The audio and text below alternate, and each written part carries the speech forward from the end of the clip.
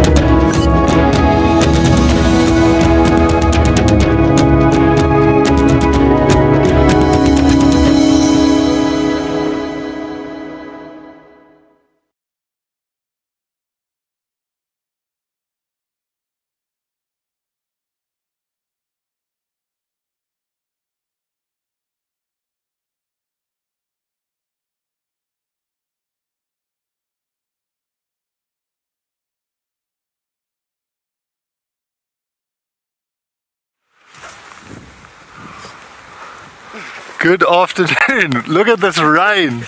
Welcome, my name's John T. We've got BK on the camera. We might have to shoot back and put a roof on, but I think this could be quite quick.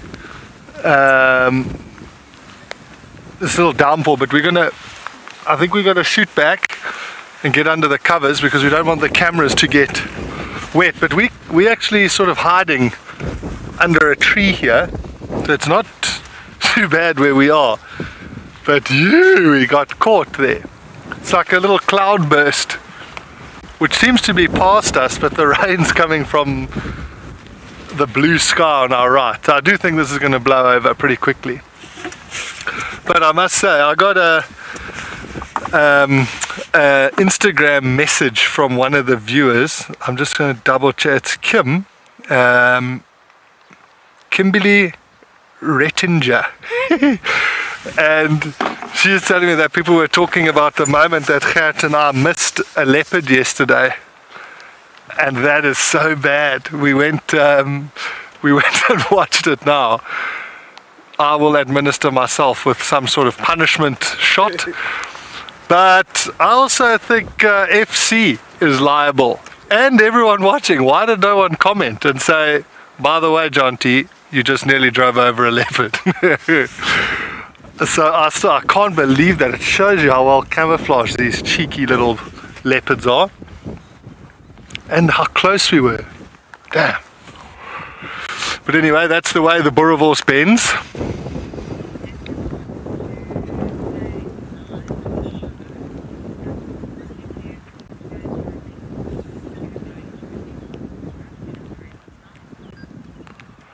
Okay, perfect. FC, I'm happy. I think it's kind of going to blow over. We'll just sit here for a little bit longer, but I think that bulk part of that rain has already blown past us. So I think we're happy to stay out.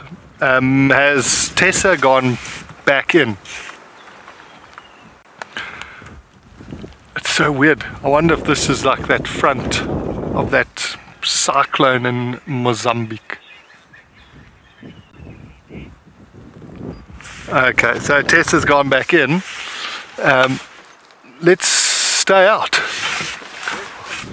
Let's go. We just veered off of the road quickly underneath this tree. Luckily there was no leopard waiting under this one, otherwise my current track record I would have missed it.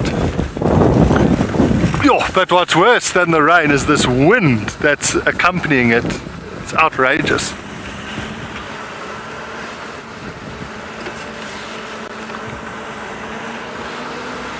So because Tess went back in, we'll steal her route. We'll go down towards Gwari Pan, or Gwari Dam, and see what's happening there. And if you didn't see it yesterday, please do yourself a favor and go back and watch. I think it's an hour 57 into the... Whoa! Did you see that? It's a cuckoo. It just came in and did some acrobatics here. And now it's taken off. I think it's an hour 57 in yesterday's show. If you want to laugh out loud. go and do it.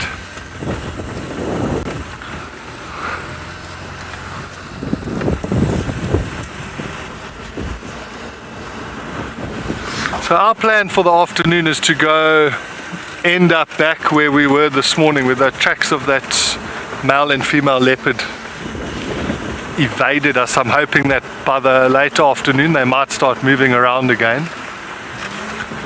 We just want to be in that area, so perhaps we'll hear an alarm call or something like that. So before then we're just going to do a bit of exploring. I know Tess wanted to come down and work towards Sandy Patch this way, so we'll just go past the dam. Maybe we can go do a little bit of a Tlalamba search in the early afternoon.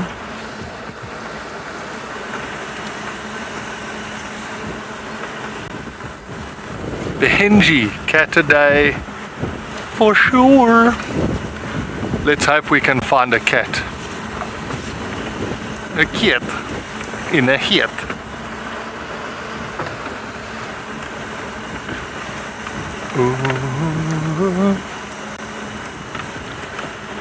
So I'll just go onto the dam wall and have a quick look across. Oh, we're going to head over to JP and see what he's got planned this afternoon.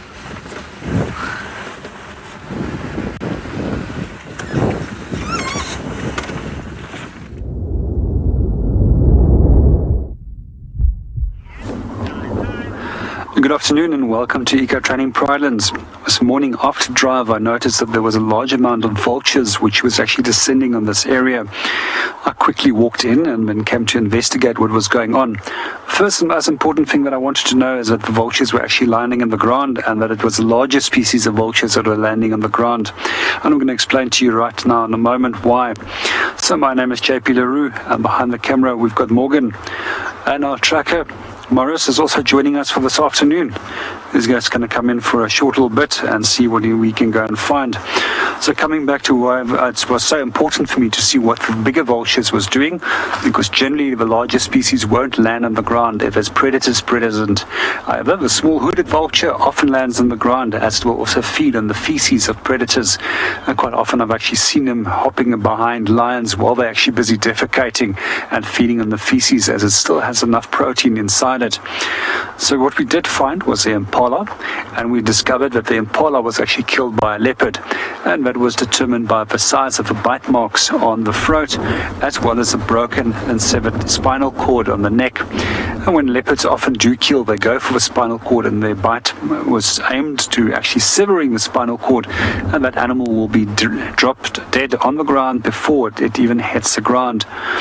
And that is also to avoid that it makes any unnecessary noise and alarm calls, which potentially will attract other potential predators.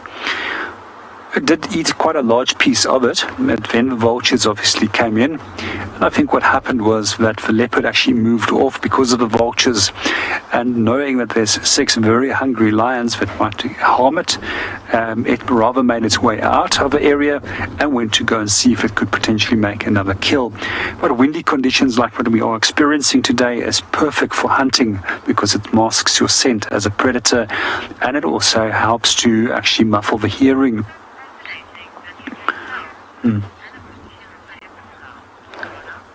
Good afternoon, Donna, and welcome to the show, and thank you very much. So the only remains that we can still see over here is a lot of the down feathers which has been left by the vultures, and then a few little pieces of bone which looks like a scapula, and one little piece of rib bone. The rest of that was most likely picked up by hyenas, as none of the vulture species which we have over here will actually feed on bone. But we do have one species of vulture specifically that does feed on bones, and that's known as a lammergeier, or a bearded vulture, which we find in the southern Drakensberg, and they can eat bone fragments of up to 30 centimeters in length. And what they also quite often do is they drop bone fragments onto the ground to make them scatter, that they can get into the marrow itself. And then right over here, what we can see, this little patch over here is the remainder of the stomach contents of our impala, and that is all grass and leaf material inside there, and you can see nothing goes to wasted. Even the dung beetles are now utilizing this in terms of rolling their dung balls so that they can actually go and make brood balls, and some of those species will just pull the dung ball directly under the ground, and in some species they will actually roll it away. And we also find some species of dung beetles will just simply lay the egg directly into the dung pad itself. We also see a number of ants over here, some ants, as well as there's a wing of a butterfly that's somewhere right over there, and it's very likely that they just came here to gain the moisture that's remaining inside the dung itself.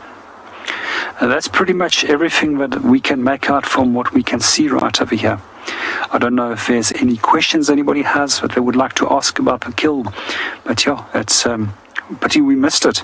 I would have loved to have seen a leopard busy feeding on an impala, as it is one of my favorite predators after African wild dog.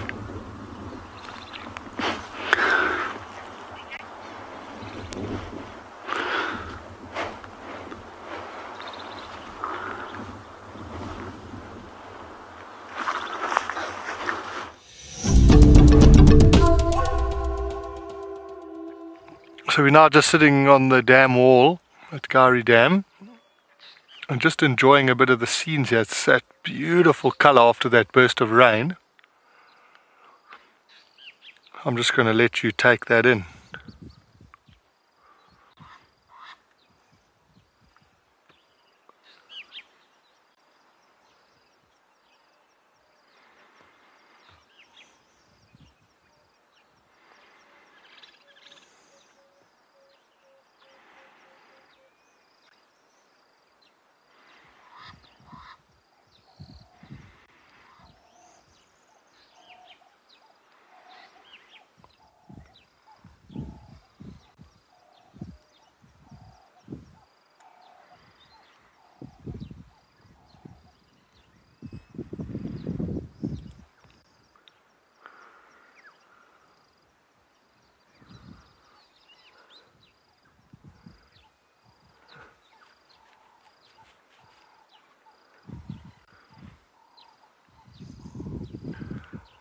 An Egyptian goose that came over and landed on the bank there. The woodland kingfisher darted past. It was too fast.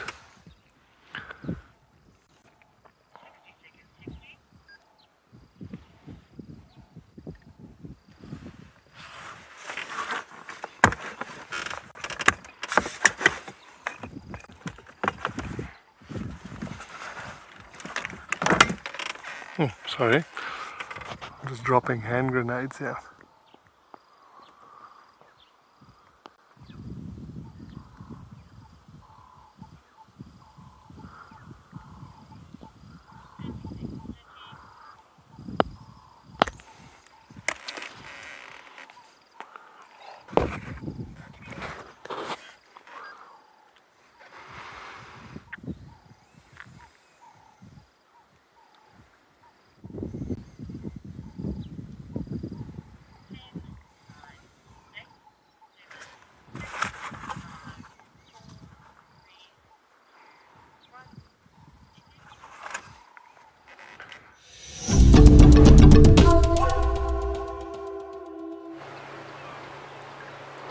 Good afternoon everybody. It looks sunny here, but do not be fooled by the dwarf mongooses in the golden light. Myself and Gerrit were about to show you the dwarf mongooses when an absolute freak storm came down and blew us right off the car just about. And so that's how we have started our afternoon. My name is Tess. I'm going to be your guide on safari here. I'm the very wet guide at the moment, soaked completely. Behind the camera is Gerrit. And we've had to put the rain roof on. We had to rush back really quickly. We are absolutely drenched and it looks like there is a lot more coming. There are some massive storm clouds, so please do not be fooled by the blue sky that is all of a sudden in the exact same spot we were when we got drenched 10 minutes ago. This is a lovely way to start the afternoon though, with a little termite mound filled with a colony of mongooses. And I contemplated putting on some dry clothes, but I figured it's not worth it. We've got more rain coming. And I think the mongooses know it as well, so they're taking advantage of the sun before the next burst hits us.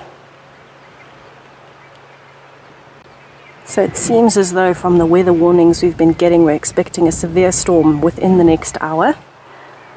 We will see how that goes.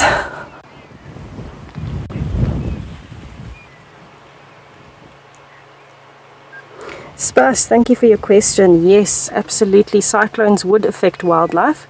That being said, because of the area that we're in, we personally do not experience many cyclones, if ever, where we actually are. But the spin-off effect of cyclones, for example, if there's a cyclone in Mozambique or anywhere on the east coast of South Africa, that will definitely spin off to here, and then we end up with a week-long worth of horrible wind and rain.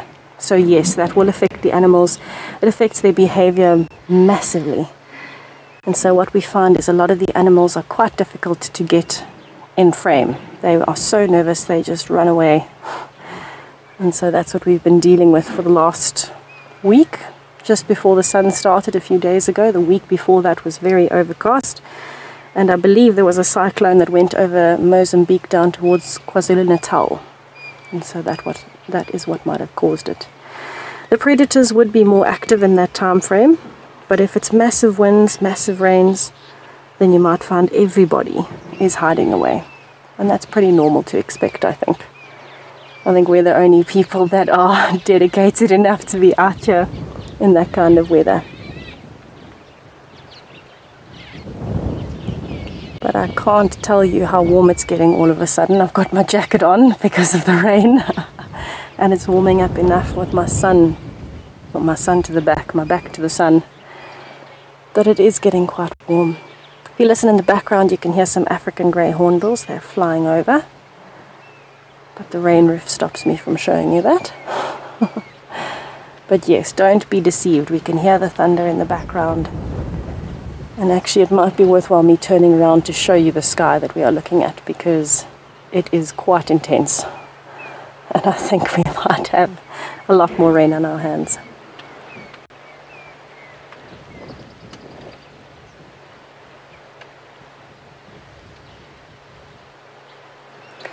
I don't know about everybody else, but dwarf mongooses are one of the animals I could spend time with for an entire day and not get bored. If you can keep up with them while they're foraging, they are incredible predators. The smallest carnivore out here, but very deadly killers. Excellent noses, long claws. Just amazing. Mac, I'm glad you agree with me. Even when they're just like this, you know, sunning themselves on the termite mound and checking around for the storm that's coming in, they are adorable to watch because they are so family strong, and they have very sweet social interactions that we related a bit to hyenas because that's their closest relative, or one of the closest relatives. And it's fascinating to watch how they go about their day and how they greet each other. Very intriguing. So what I would like to do is turn and show you the sky behind us, because it is looking very dramatic. Oh, Jonty's already ahead of me on the birding challenge, it seems. We're going to try and see who can find more birds this afternoon. But it sounds like he's got 2 birds of prey. So let's head over to him while I turn around to show you the sky.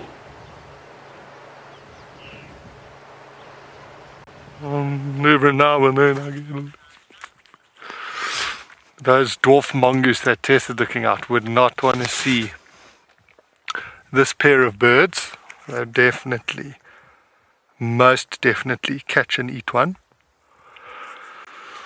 This is one of my favorite birds of prey. Oh, great. One just took off. African hawk eagles. Actually, look at that second one. I don't know if you can stay with it, BK.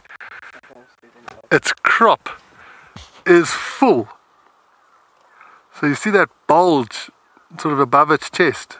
that contains a dwarf mongoose. Yeah, but that was quite nice there. They perched very nicely for us. This book doesn't want to go back in its home. Okay, well we're going to carry. We're on Central Road currently. I love those birds. They actually hunt in pairs. Sorry, Bika, I cut you short there. So they'll hunt in pairs. One will sort of swoop and almost get the attention of the prey, and it might duck down in the alarm call, chick, chick, chick, chick, and then the second one just goes whammo. Food time.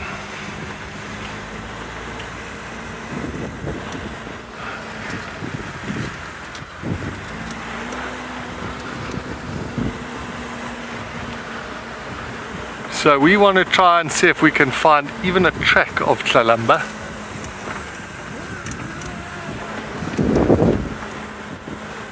So we're going to go towards that original den site where we found her in December.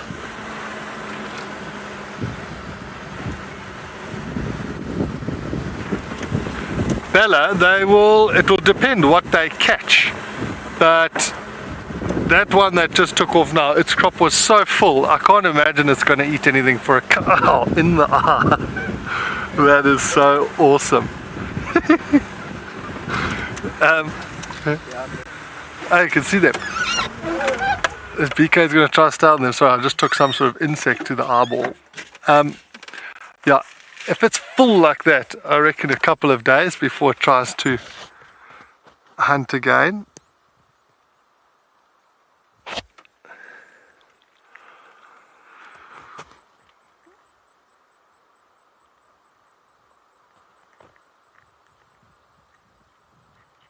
But I mean, as those words are coming out of my mouth, they're flying. If they're flying like that, they're looking. So perhaps one of the pair didn't get as much food, or it's just greedy. Rebecca is dominating with this aerial footage. It is not easy to do that.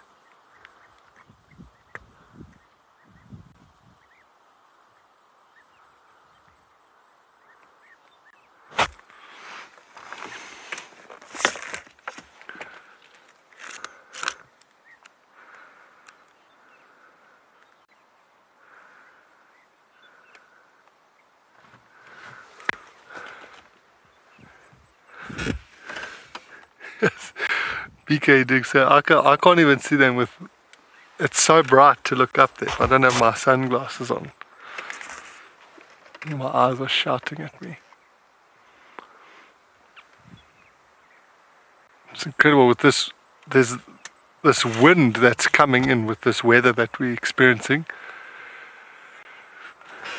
And you could see how they're using it.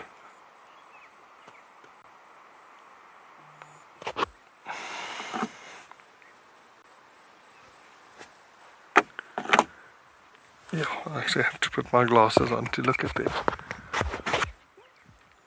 I just love watching the way they use their wings to manipulate the air to let them do whatever they feel like they want to do.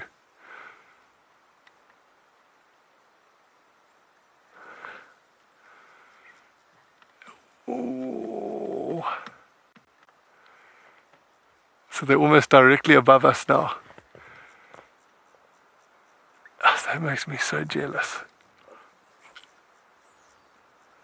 Normally, as you say, as they fly, you just start hearing squirrels start alarm calling as they see them flying past. Actually, just before we went live, about 80 meters behind us, there was a squirrel sitting in the middle of a buffalo thorn, and I wonder if it hadn't seen these.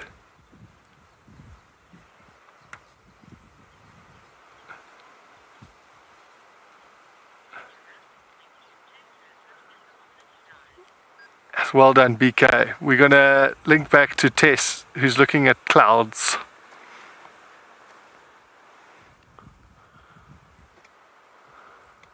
Yes, Brew, you did well there.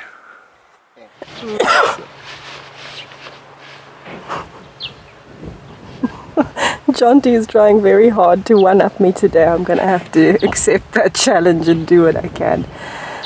As much as Jonty was following those, or BK actually was doing the amazing camera work, following those hawk eagles, they're going to get wet later and we're going to stay dry, so it's fine.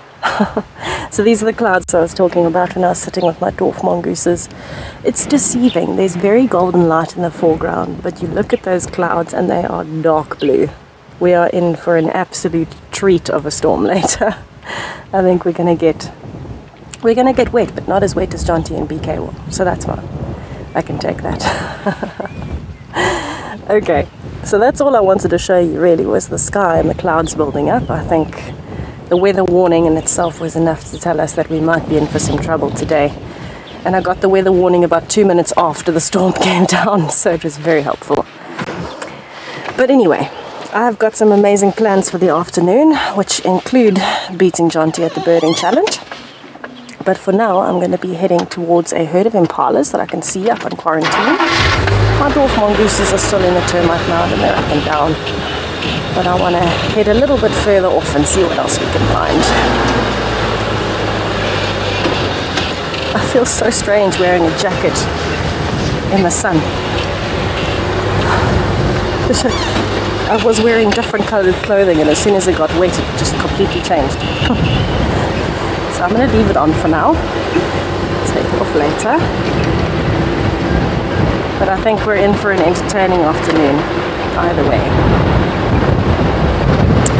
Okay, let me get closer to my herd of impalas and study them for a while, see what they think of the storm.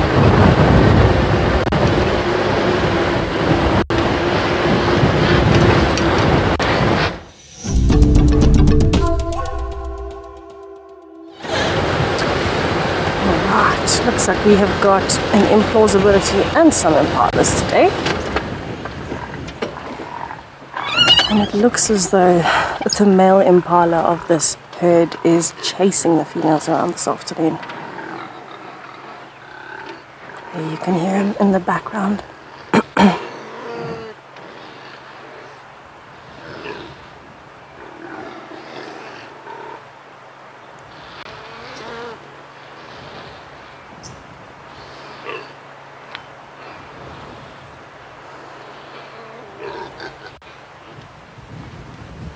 He's chasing a few females, but at the same time it looks like he's also trying to chase some of the younger males out, getting close to the rutting season. Let's just have a listen. It's quite beautiful light to be watching them in.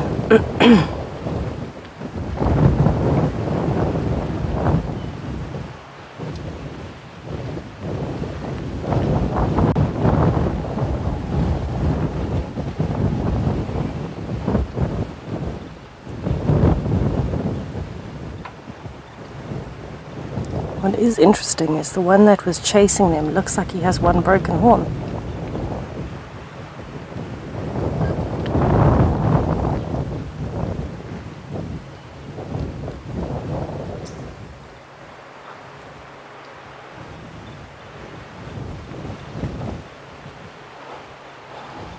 Watch the light changing, everybody.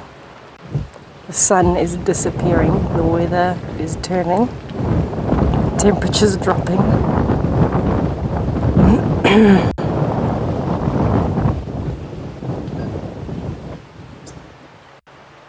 I think we're in for a very entertaining afternoon with all of the animals that are going to be reacting to the weather as it's changing this afternoon. It seems to be changing by the minute at this point, giving us some weather whiplash. Certainly how our afternoon started.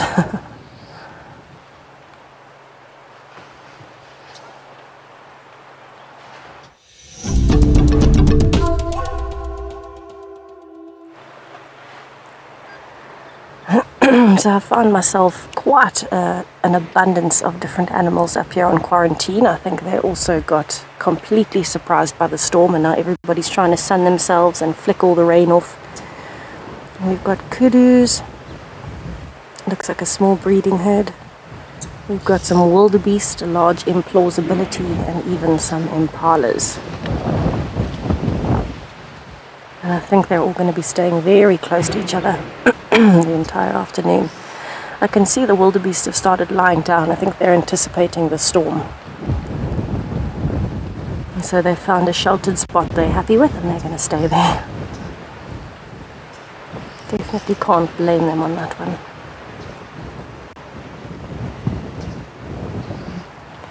So in weather like this, it is quite normal for us to see different species together. Kudu is probably the odd one out here. Leonard, yes, I agree. There are some very strange collective nouns. I think it's one of my favorite topics to discuss, is the different and strange collective nouns of animals, and implausibility is by far one of the strangest. Implausibility of wildebeest. But yes, it's quite normal for us to have the different species together in weather like this. I don't think they are going to be moving far at all with this cloud bank building up behind us. I think they're going to try and weather the storm together in a group for some support. So I have noticed there are two impalas in this herd that have broken horns right on the tips. I can't see either one at the moment. They're further back behind the brush. But I've also noticed a very strange looking one. I'm going to reposition for you. His horn is deformed. And I think it's just behind the rain roof for that. So I'm literally just going to swing backwards like this. That should do it. So if you have a look at the impala underneath the bush there, it's got an oxpecker on its neck, so that's one bird count for me versus Jonty. But have a look at its horns. The one on the right is a very normally shaped horn, and the one on the left is completely deformed. It's growing backwards and curving downwards towards the back of the neck, almost similar to a sable's horn. Very unusual.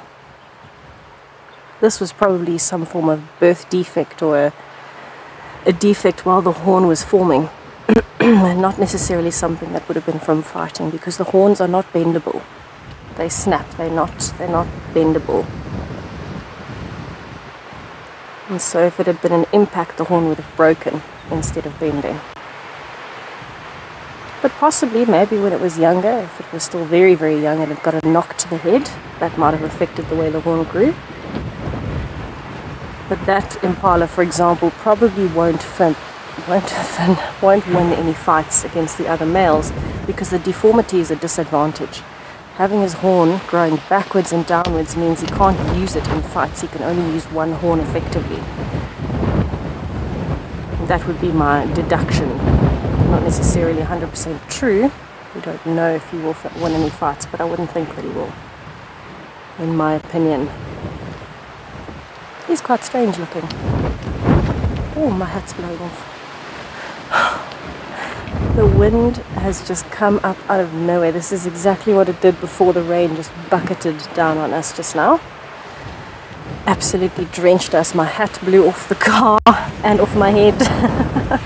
Everything just went pear-shaped, went sideways very quickly. Ooh. Alright. So it certainly seems like more and more of the animals are starting to lie down now. Even some of the impalas in the herd are starting to lie down very close to the road. And this is probably a tactic to get away from the wind. They're not too worried about the sun at this point because they got wet. And the wind is so strong that it's going to be keeping them cool. So they much more value an open area at the moment so that they can see predators coming. And they're hunkering down so that the wind doesn't affect them too much but still keeps them cool in the sun.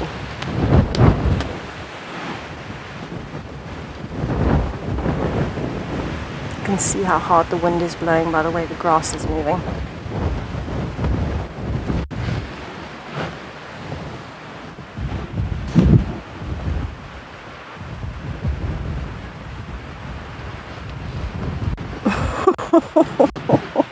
Magic Dragon Wizard, that is quite the comment, thank you.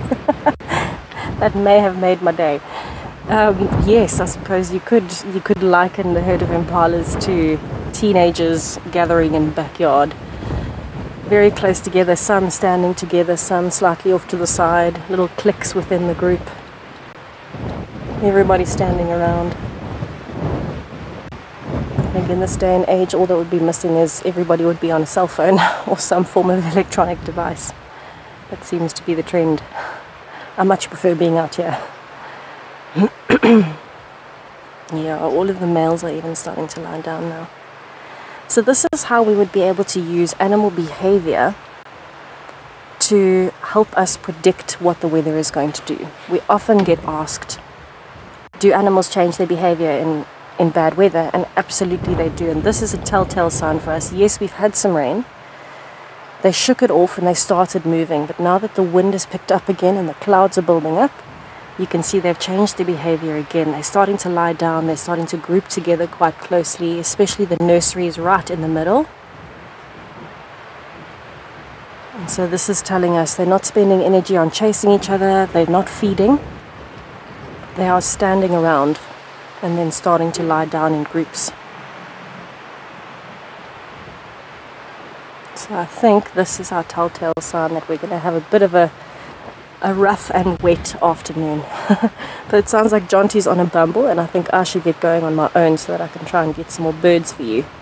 We'll head over to him and see what he's up to.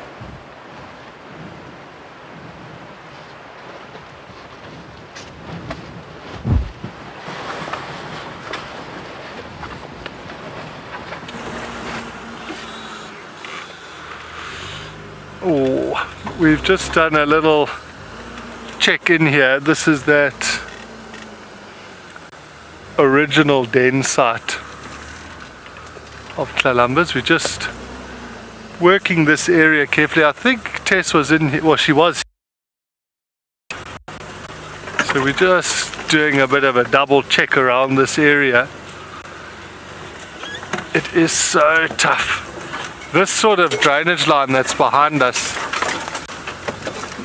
this is the exact type of situation where to lodge with a tracker, that's where the tracker would hop off and go and actually walk in the bottom there. You just cover so much more ground. But it's thick up here where we are at the moment. My goodness. You'd almost be forgiven for driving and missing a leopard. I mean, here you could hide a whole buffalo in this grass. There's a friend of mine at Pinda, his name was Gadi, and they were tracking cheetahs up in the northern part of Pinda. They call it the marsh, big grasslands like this. And they had checked for tracks, found them, checked the next road, no tracks, then no more tracks, and then it started going like the trail almost felt like it was going cold. So he stopped the car and he said to his guest, he said, this flipping grass, it's making it so hard. He said the cheetah could be lying here, and he said, look how I disappear. And then he just dived into the grass, and as he disappeared, the cheetah jumped up. So maybe that's what we need to do. Every 100 meters, one of us must just go run and dive in the grass.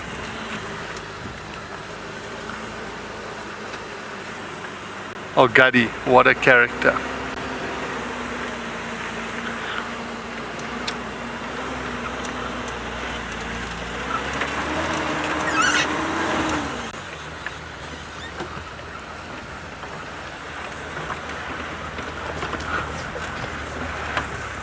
Oh, Ray!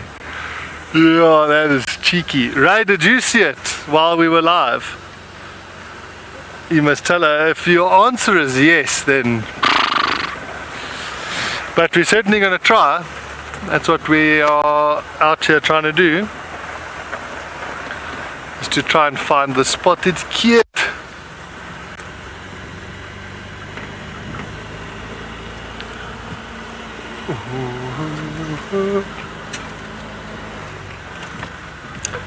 But I mean, it is crazy. I watched that video like 3 times already. And obviously Gert and I, we were driving like this looking at the road, but the leopard was like, I don't know, 2 meters off of the road and lying dead still. Only when it gets up is when you see it move. It is amazing. And that section that it was in, there was just a little bit of grass. Shows you how good their camouflage is. I'm surprised that we didn't pick up on the movement, but we're obviously just so focused on the ground.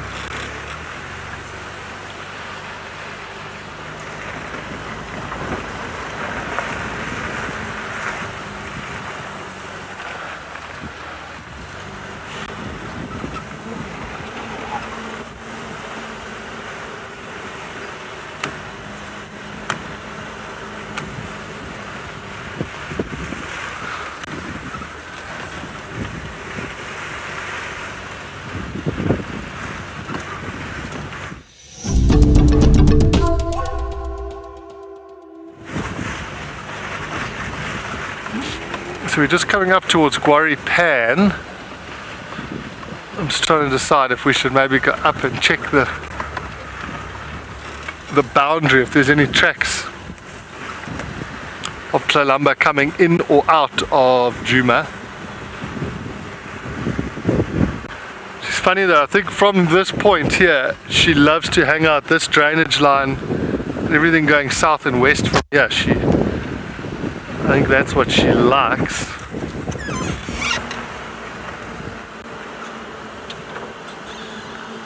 But this is also such a beautiful road. I'm a bit torn. Do you know what? Let's check the boundary. We can come back on this road.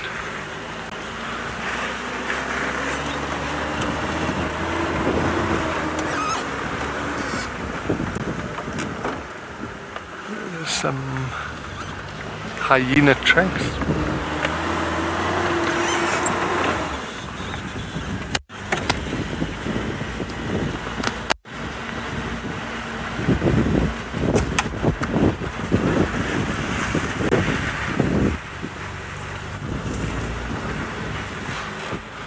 So sometimes the best thing to do is to go start on the edges and see what tracks you can see coming in or going out of your property, because then you kind of know if you're wasting your time scavenging around.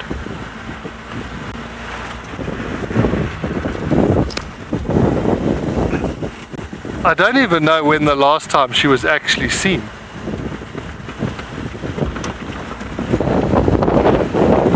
We don't even have a remotely warm trail to start on.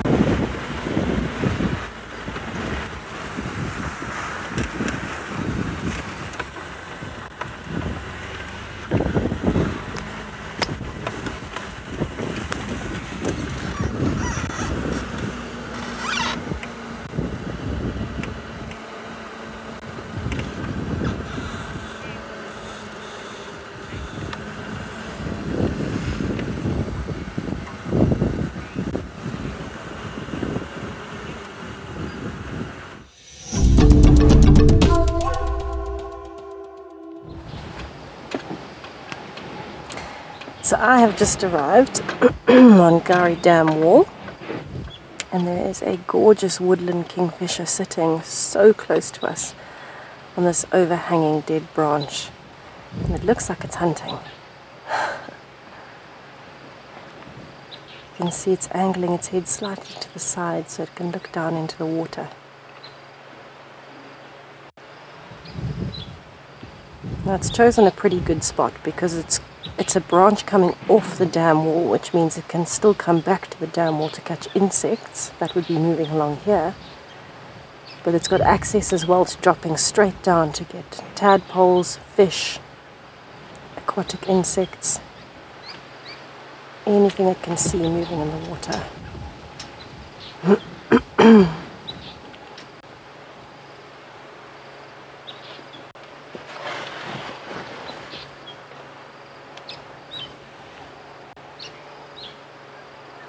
Okay, it is a gorgeous species. Those colors are very striking, and I'm wondering if this is the one that I found the nest of the other day in the tree. Very well could be. But a very specialized beak to being a predator. You can see the red part in particular is catching the sunlight.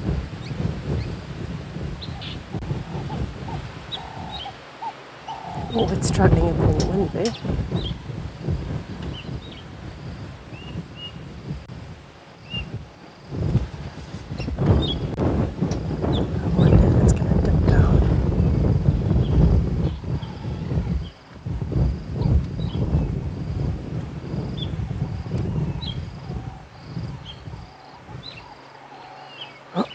I can also hear Wahlberg's eagles somewhere in the background.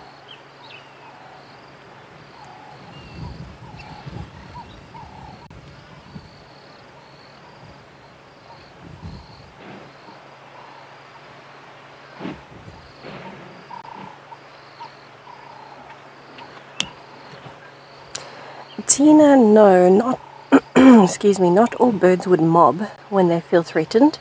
Some simply alarm call from a distance and occasionally hop closer so they can keep an eye on the predator, and that would be more like cisticolas or prinias, the smaller bird species that are solitary. But any of the more tenacious ones would mob, so things like Burchell starlings and Cape glossy starlings, fork-tailed drongos, they are particularly good with mobbing, and they just have slightly bolder movements and personalities. You must imagine though, if you're a mobbing bird species, you have to be very agile and quick on the wing. You can't take your time in the air because anything could go wrong at any second. I have seen grey go-away birds mobbing, and I don't know if you remember the story I told a while ago where I was watching drongos, starlings and grey go-away birds mobbing a martial eagle up in a tall mapani tree. And all of a sudden it just went completely wrong. This grey go-away bird was a little bit too slow to lift itself up, and the martial eagle just stuck its leg out, clasped its claws over the grey go-away bird, and this sounds very graphic, so disclaimer, it ripped the grey go-away bird's head off and then fed on it up in the tree. So you can imagine you've got to be pretty well adapted to be a mobbing species. So no, not all of them would mob. Those are the three most common ones that would mob. Most of the others would either fly away or use a distraction technique, something like a blacksmith lapwing. They use distraction as opposed to only mobbing. They will definitely mob, they're quite tenacious and aggressive, but they also use distraction techniques, and some of the other birds simply alarm call at a distance or fly away.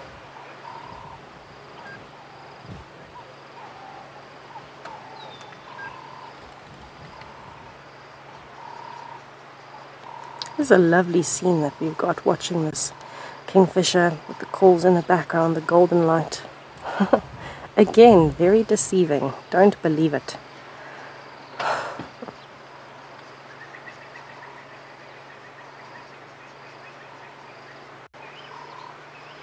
So we're almost in the middle of the period now where we would see woodland kingfishers here. They start leaving again from the end of January, February, March. They'll start thinning out. By April, they should all be gone. And so we're just in the middle of their visit to us. Goodness gracious. I can't get my words out today.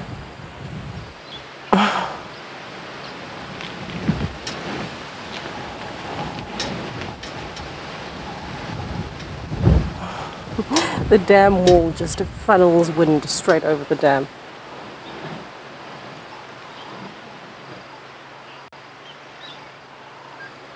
Romeo, you can see the tip of the beak on the kingfisher it looks very sharp. If you touch it, it is actually pretty sharp. So obviously I'm not going to recommend you go and catch a woodland kingfisher and try and touch its beak. It's a bad idea. You could injure the bird, but also it would probably bite you. So we don't recommend handling wildlife, but it is pretty sharp.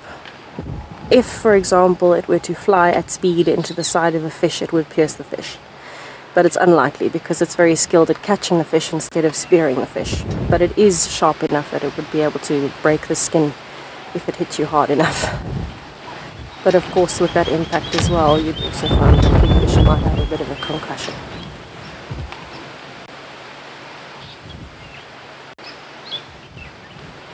I love it when it bobs its head like that. As it's readjusting its balance, it uses its head to bob up and down like that to change the angles of light coming in and change its perspective.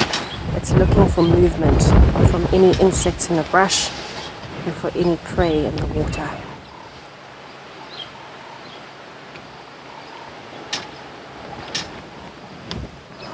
But I mean, a woodland kingfisher is quite well known. Even on this log here, this is the same log where Mama Squirrel has her little nest. Things like small lizards or skinks, anything like that, even small snakes and frogs are a fan favorite of the woodland kingfisher. So it's probably the most diverse of the kingfishers in terms of the range of food that it will eat. It's not limited to fish, like the pied kingfisher is majority fish. If you look at a brown-hooded kingfisher, that would be majority things like grasshoppers and other insects. The woodland kingfisher will eat pretty much anything that it can fit down its throat. So it's quite impressive.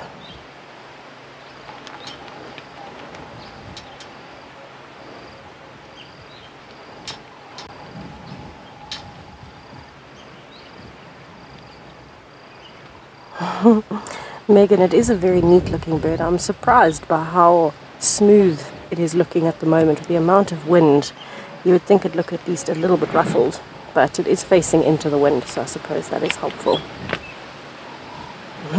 But you can see, oh, it's gone down. Let's see if it comes back up. There it comes back. It got something. It's got something in the tip of its beak, and there it goes, eaten. That looked like it might have been a very small fish. Excuse me, everybody, you're going to hear me coughing a bit today. I haven't been so well. The changing weather has been wreaking havoc with my immune system. But there's no cure quite like being out in the bush.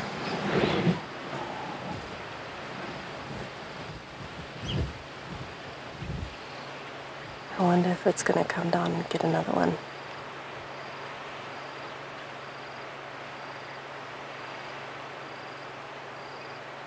I've seen a very interesting video of a kingfisher trying to swallow a frog.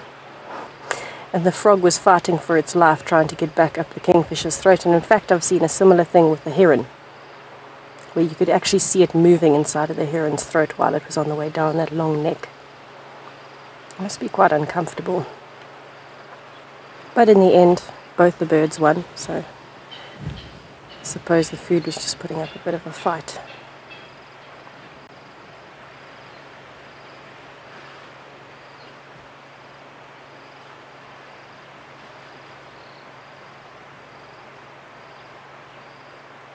All of a sudden there are no birds calling.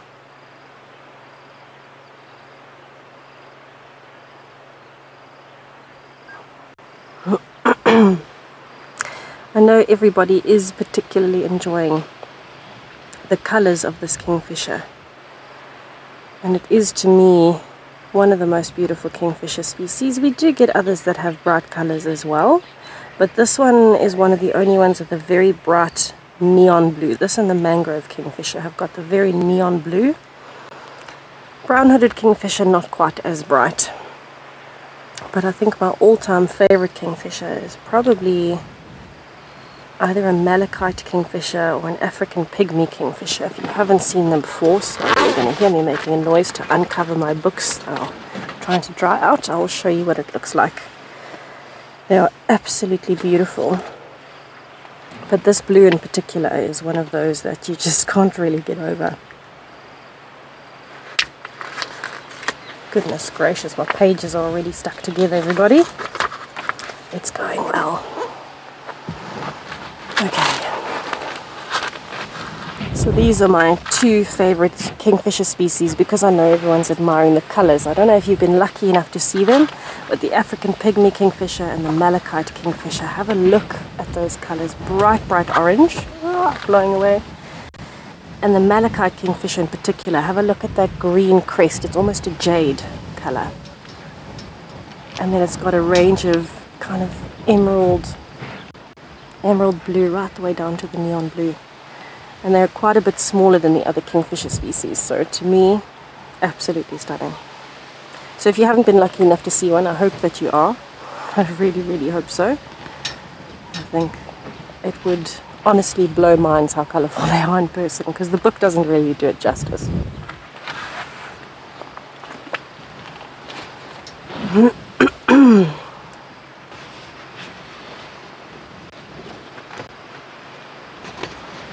I will do our bird call challenge with everybody a little bit later on. So don't worry, I haven't forgotten. I've already got my bird in mind. I had it in mind this morning.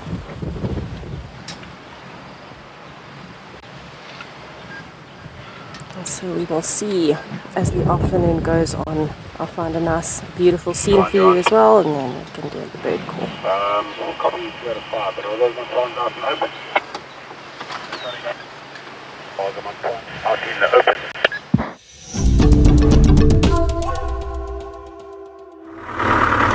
Good afternoon and welcome to Eco Training Pridelands. So far this afternoon we found the remains of a impala that was killed by a leopard, and then the rest of the remains were consumed by by vultures. But what we also determined was that part of the carcass was then carried away by a number of hyenas as we followed their track and found part of the chest of our impala. It's amazing what you can actually determine by simply looking at tracks and other field signs. When we did find our impala carcass, we found a large amount of different feathers that she has left behind by our vultures. We also saw that there was the remains of the intestines, which is all the rumen and the material that was being digested, and that was busy being consumed by a number of dung beetles. By simply using tracks as well as a number of different field signs, you can actually very easily find a large number of animals in a specific area which you didn't even know is occurring there, or helping to piece together little parts of a puzzle when it does come to the tracking component of finding animals. In between that, we've also found our leopard's tracks, where she was moved off into an area where we unfortunately couldn't follow. But at the same time, we also located tracks of a group of lions, which we are following up now. And they're somewhere in this big block towards my left-hand side.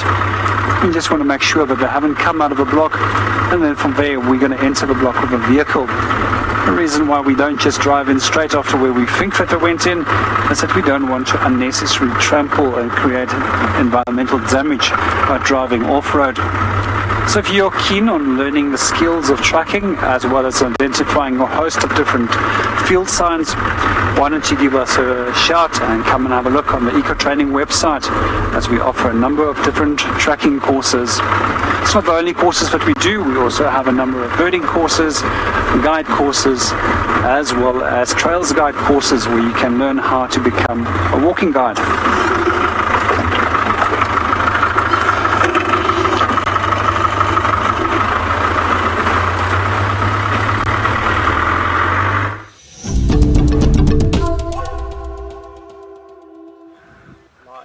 So I'm just stopped here. There looks like it's a drongo, but there must be a problem with it. It's just running on the ground, not behaving normally.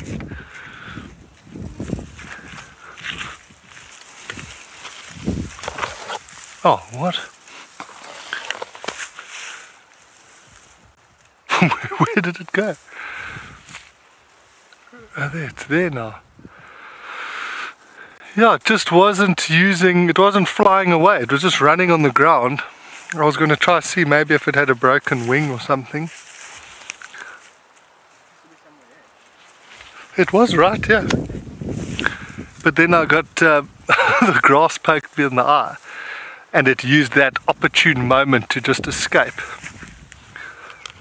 Oh, there, I can see it. Okay, let's see what's wrong here. Hello, little birdie. There's definitely something wrong with this bird.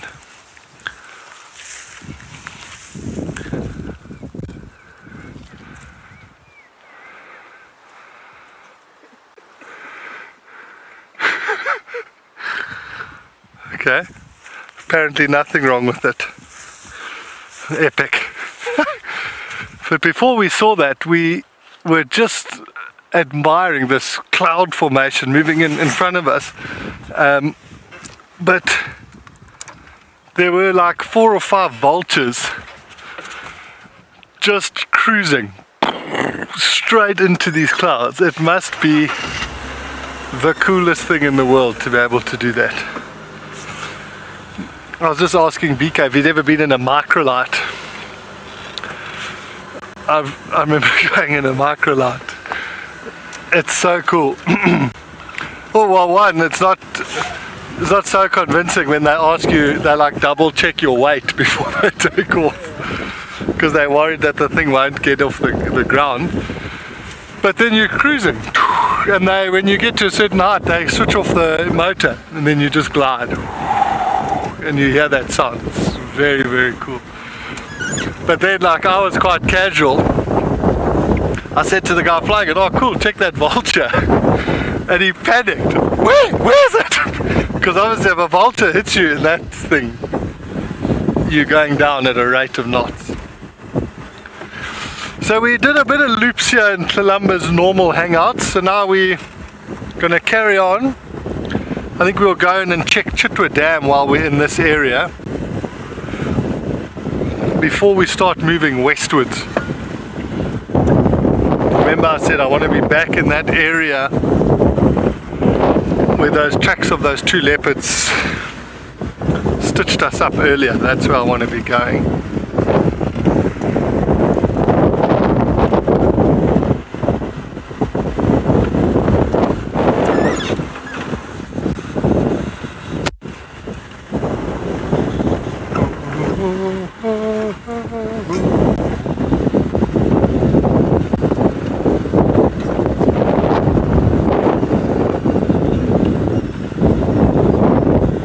Keisha, thank you for joining us. What is the most dangerous vulture? To us, they're not dangerous. Sorry, I just thought I heard. Oh. It's a roller over the car engine. I thought it was an Impala alarming. Geez, today is going downhill fast. Yeah, Keisha, the vultures to us, they're not dangerous. So the vultures that we see in Africa, they only eat things that are dead. And so there's a sort of size ranking between them. The hooded vulture is the smallest one. And then you get up to the lappet-faced and white-headed vultures. Those are much bigger. And then the ones that we normally see are the white-backed vultures. Every now and again you might get lucky and see a Cape vulture. But to us, there's no danger. Well, in fact, to anything alive, there's no danger. I suppose the only way that they might be dangerous is to small aircrafts, because they can fly really, really high. They can fly the same sort of areas, like flight paths, especially for domestic aircrafts. I think these are those African hawk eagles on this dead no, we might be able to get the one before it. No problem. Let's continue. They were too fast for us.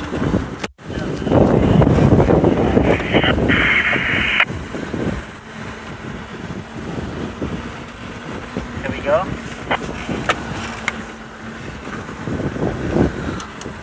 That is my son then.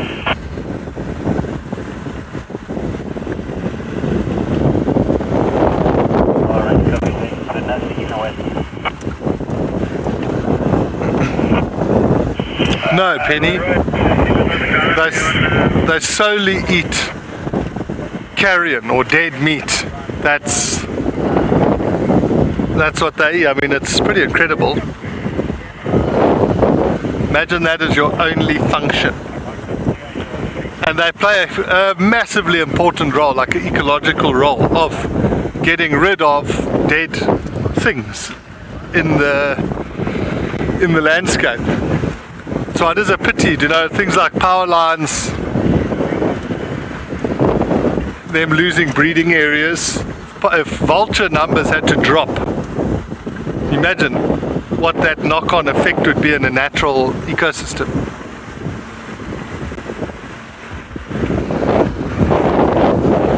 So we're about to cross over onto Chitwa.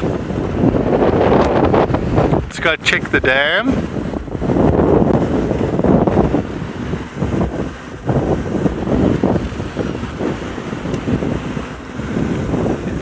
Bright, eh?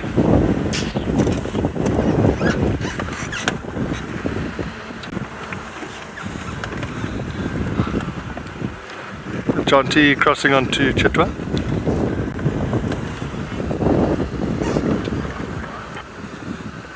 While we head towards Chitwa Dam, we're going to go catch up with Tess.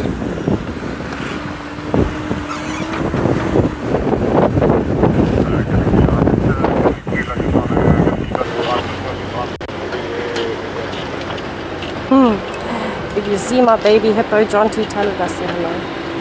Thank you. So I'm arriving at Biffles Hook Cut Line from Mvubu Road, one of my favorite roads. And so far we have heard some elephants very deep into the drainage line. We've seen the odd flit of blue wax bills, and of course some very ominous clouds, which you saw with Jonty. And I am looking for any signs of lions, or leopards, or wild dogs, or buffaloes, and birds. Lots of birds.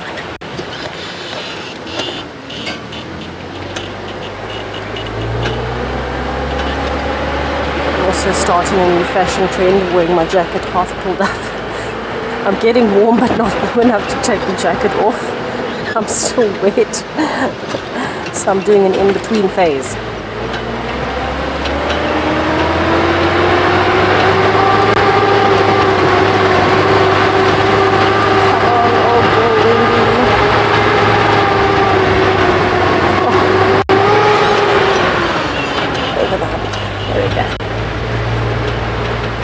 So my plan from here is actually to head towards Sydney's Dam, just to see if there is anything there. We've been seeing a lot of nice plains game there, a lot of elephants there recently. So I want to go and have a look because we haven't checked it in a few days. And then from there I'll be going towards Sandy Patch and Parle Road, that section, which is where we left those leopard tracks this morning. But also just to check if there's anything unusual along that section. A very productive road for smaller things. That and Mendoza, or monkey orange.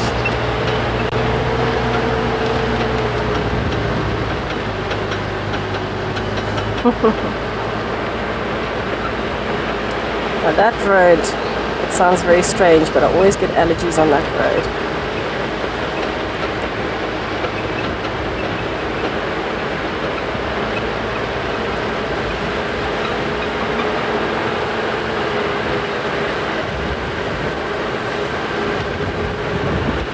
Sure, and I like that suggestion.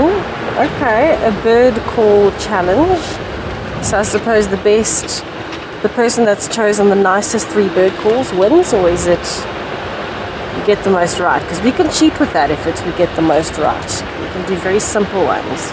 That's not fair. I think it should be the coolest bird call, maybe one that confuses you the most. It's quite an intricate system of rules going on, but I like it. We could definitely do that.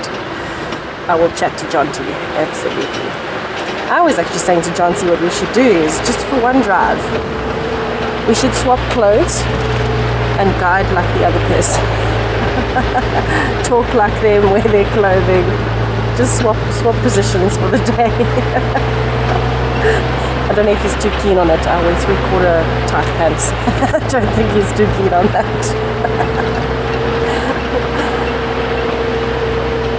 Oh, that would be funny to see though.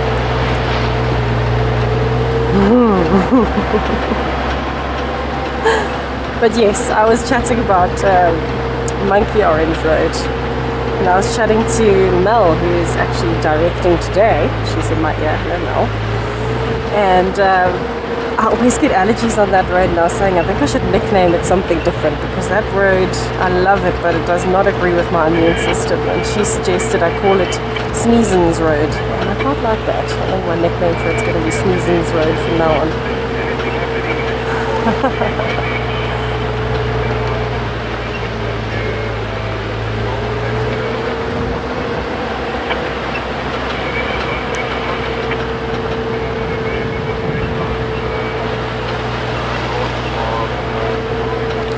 A quiet section for birds, I'm surprised. Normally we have birds of prey along here, and vultures, which I know Jonty will see.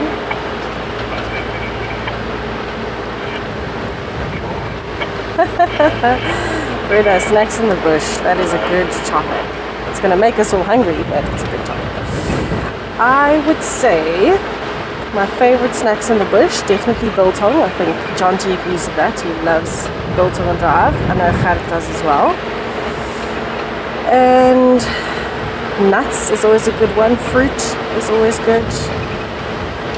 It reminds me of our family holidays growing up in the Kruger Park. We always had a fully stocked cooler box with biltong was the most important.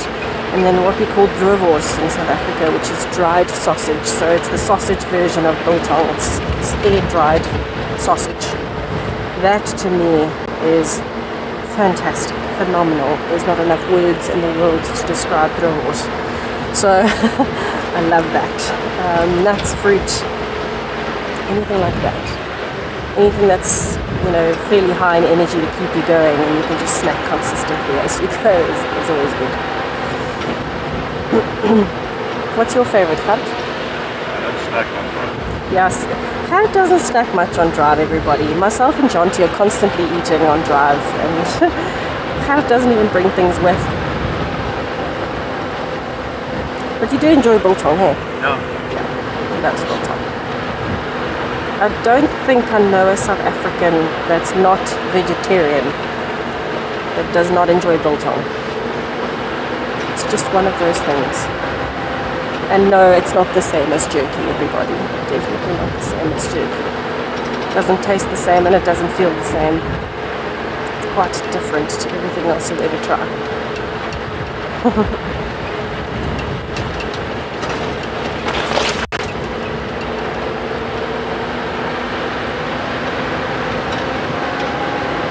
I used to be a massive sweets fan.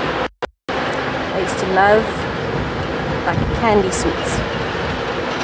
I'm not the biggest fan anymore. I love chocolate still, but only a block at a time every now and then.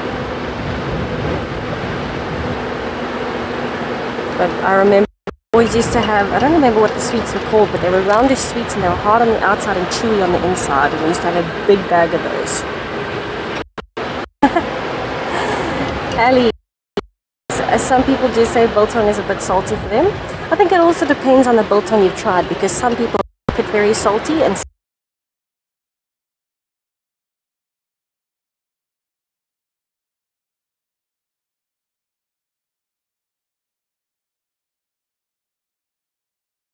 some people like it with fat and some people like lots of fat. So this particular, I'm a not too dry, not too wet, not too salty, but definitely fatty kind of biltong person. But yes, that and chewy sweets, that's probably my two biggest weaknesses. Okay, I'm about to arrive at Sydney's Dam, so I will let you know what is going on here, and then I'm going to chat to Jonty about those bird calls.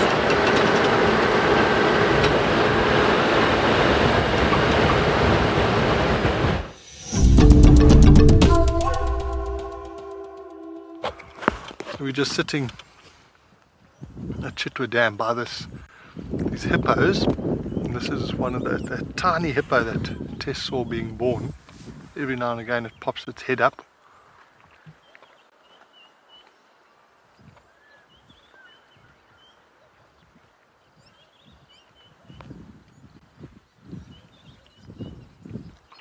So I'm not going to talk too much, but just keep looking where that went down and you'll see the tiny little head pop up. There.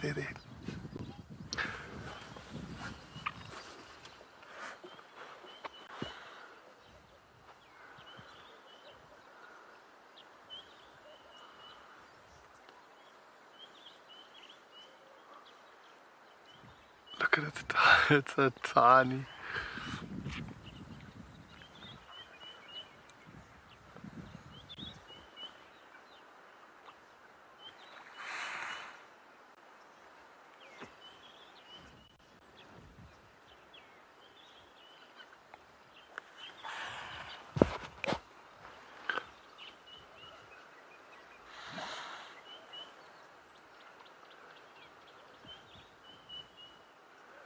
So you'll see the last time it came up, it was just behind the mom's head. Oh, there, look at that. It's cute, man.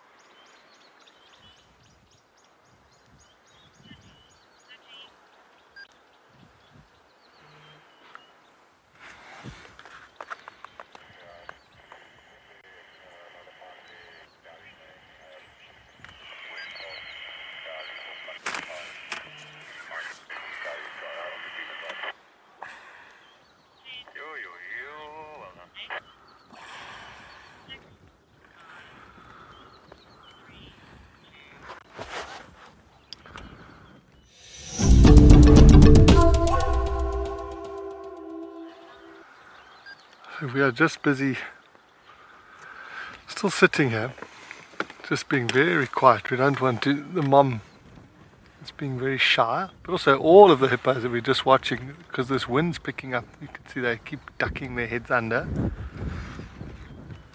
I want to see if that little one tries to climb on his mom's back, so I can greet it from Tessa.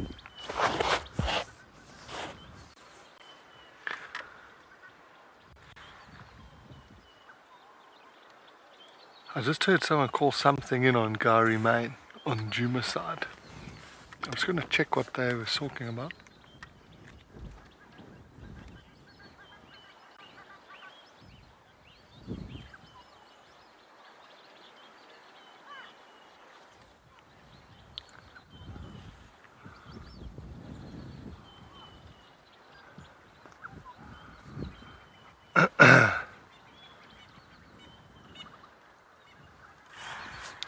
So last station, what did you locate on Gari Main?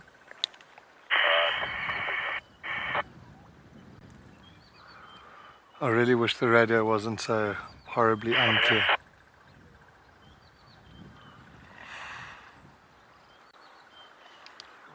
Sorry, I'm struggling to copy you.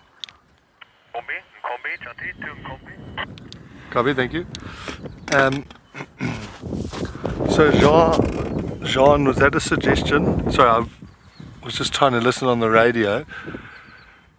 We must pick 3 bird calls. And do we play them to the viewers or do we play them to each other?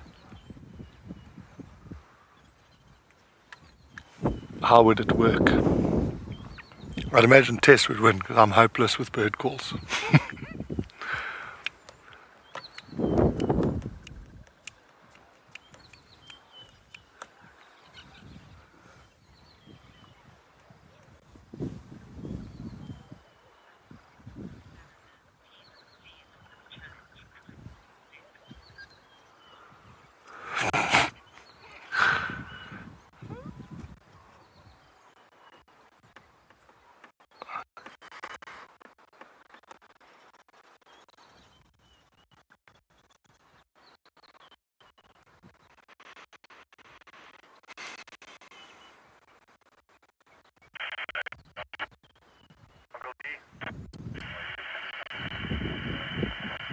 I can't believe it, just as we've...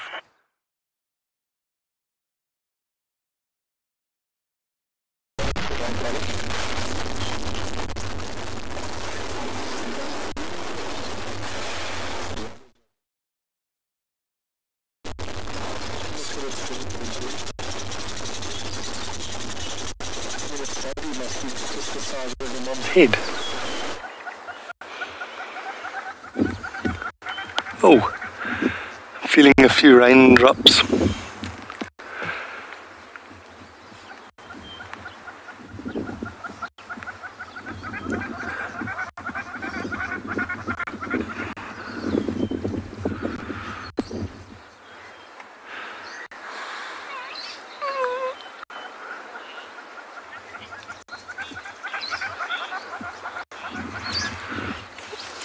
Yes, Paulie, lots of times.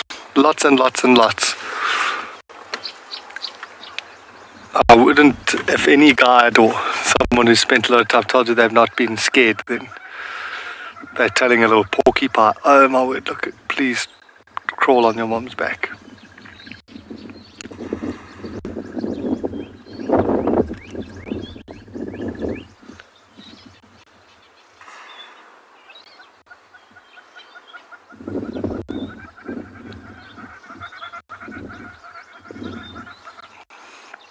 I'll be so happy if it crawls on the mom's back. Imagine for them now, oh yes, it was lined up there. You know, the weather's good now, it's cool, the sun is not so harsh. A lot of clouds.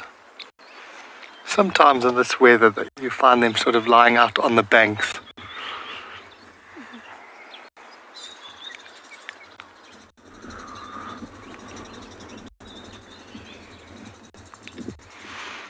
Might just be a little bit too windy for them. They might not enjoy that so much.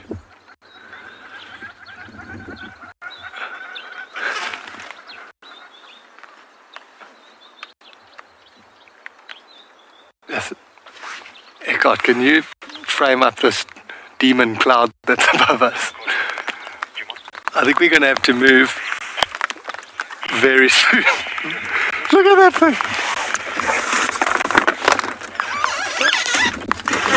I'm just going to start driving away from this cloud because I think it's about to open a can on us.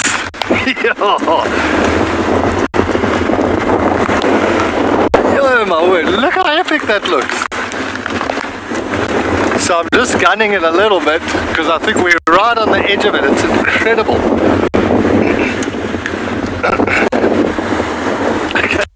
While we get away from the rain, you're going to head to Tess, who's got a pretty bird on a tree.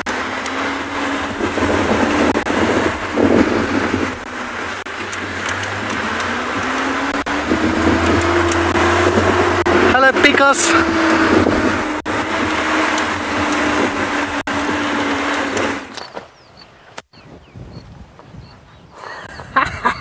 I knew Jonty was going to get wet.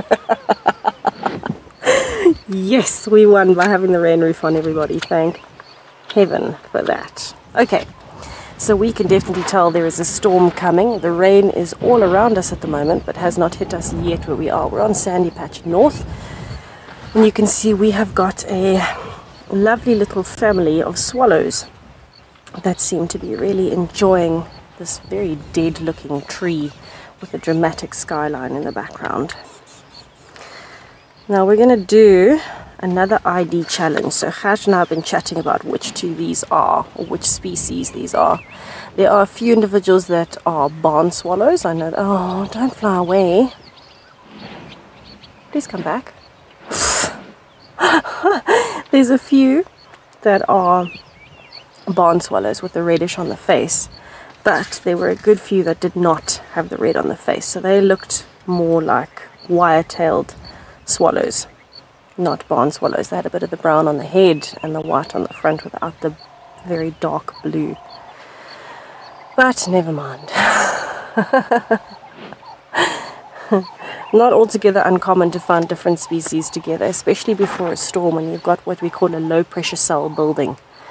All the insects are coming out of the grass because of the weather changes, and so the swallows will all be huddled together, either flying around collecting insects or together in a tree like this. But you can see how fast the clouds are moving in the background. It is unbelievable. The rain is moving in a sheet towards us, one from in front of us, one from behind us that's coming past us. You can see there's a bit of a cell building here in front of us. It's actually got a little bit of a spiral coming down, but that's just behind the quarry. But I'm happy that I got to at least hear that Jonty is outrunning the rain. Right, so we've definitely got a bit of a dramatic sky going on, and I think from here we're going to be very lucky if we get birds sitting still because of the weather coming in. But anyway, it was nice to show you a glimpse of swallows, even if they didn't stick around. From here, my plan is to head towards Sandy Patch, and then we're going to see where we want to go from there, depending on what the weather is doing. If it starts really raining hard, then we will have to head back towards Quarantine. If it's not raining so hard, then I'll do Impala Road and Sneezens Road. Monkey Orange.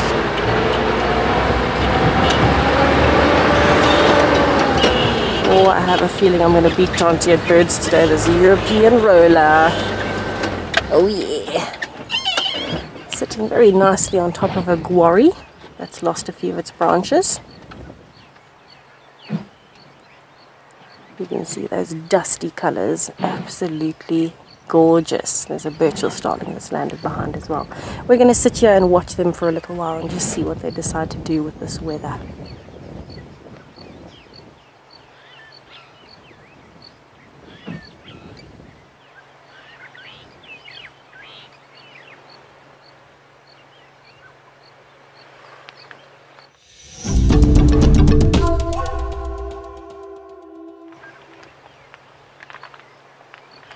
We've just started feeling the first few drops of rain, and the funniest thing has just happened. As we were sitting here and we started hearing and feeling the first few drops of rain, I probably had 4 insects hit me at the same time. So as the rain is starting, the insects trying to escape it, and so they flew straight into me, being blown this way by the wind, I'm sure.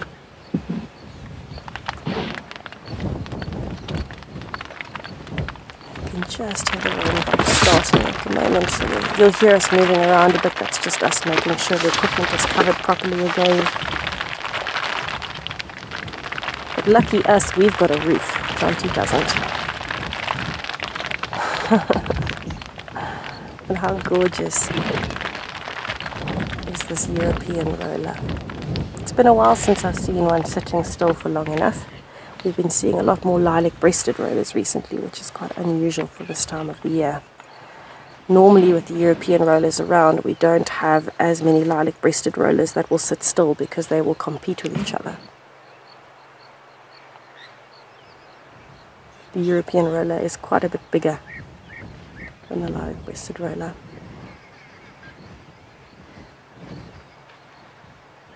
Oh, I can hear bee-eaters as well. I can hear European bee-eaters in the distance.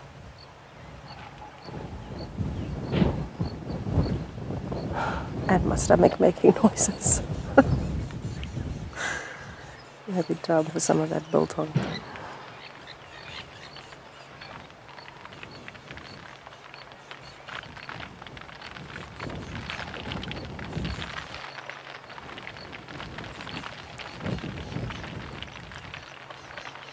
I'm loving this little light rain that we're getting. It's a beautiful noise, everything's cooling, and the birds are very active because now the insects are starting to come out and move very quickly.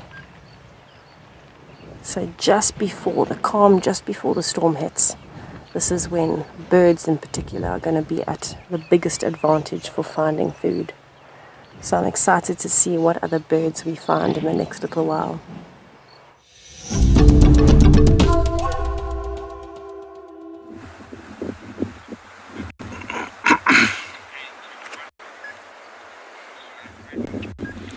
Okay, so we managed to escape that downpour, but look at this bird on the road, and it's been here, we've been sitting here for 5 minutes now, so we've been spoiled.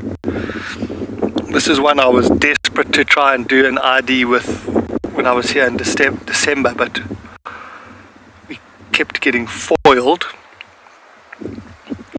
So it's a cuckoo, I'll give that clue. The first time I saw one was in the Eastern Cape, which is quite far out of the range. This one's literally just standing, it hasn't moved since we spotted it.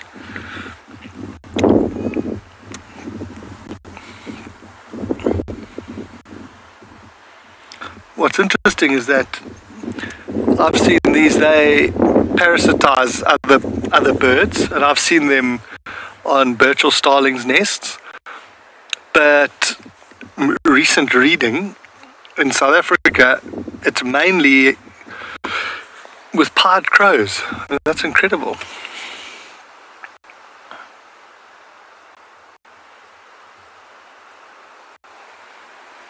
I think it just depends what's sort of more prolific in the areas where they are.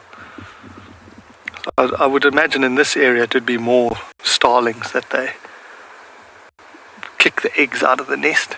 I'll just wait a little bit and see if anybody's got the right answer up their sleeve, at their fingertips, typing away. But really beautiful markings. The juveniles are actually even more sort of striking. They've got like brown on top of the head.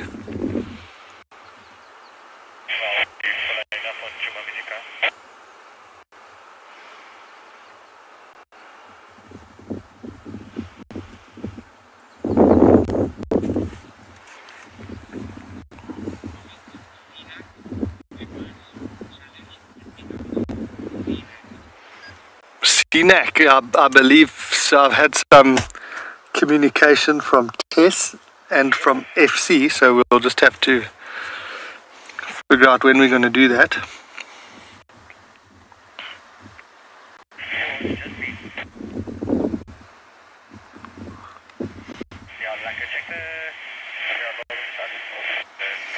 I wonder if it's not close to, because they eat a lot of caterpillars, hairy caterpillars and non-hairy caterpillars. But when the weather's like this, you might get an alate eruption, like termites. So I wonder if it's not waiting at an entrance somewhere there. Because it's crazy, it hasn't moved at all.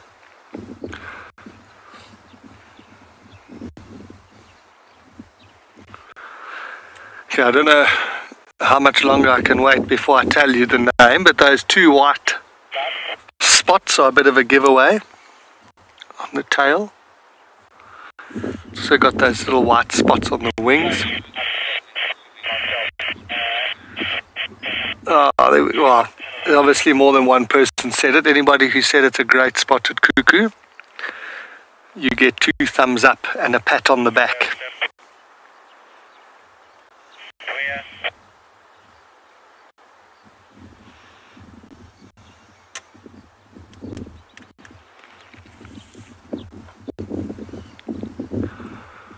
So I haven't been quite a fan with Tess's game, but I'm presuming I must pick 3 bird calls that I need to play, and then people need to guess them, and somehow there'll be a winner.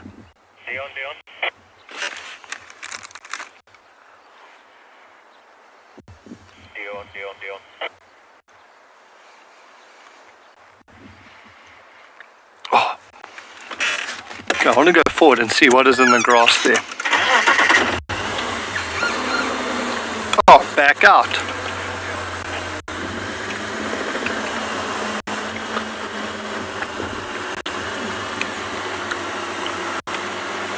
This is how legends will be. What's down there, BK? Nothing. It's so funny, it was just hanging out there. Anyway, that was cool. Nice to spend some time with that bird.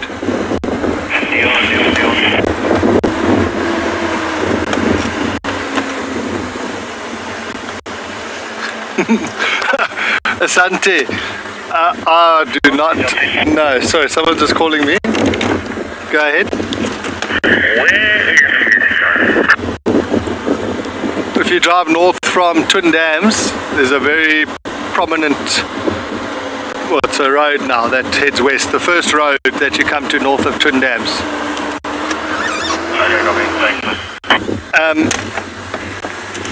What are vultures afraid of? I'm really not sure. Maybe not finding something to eat. Because they're quite brave. You see them when they're on the ground. Even when there's hyenas and that around, they kind of hold their ground. I've even seen, if there's enough vultures, they'll push a cheetah off of a kill. They just sort of put pressure. But in terms of what are they afraid of, Me, I don't know. Power lines maybe is another thing they're afraid of. Power lines and aircrafts.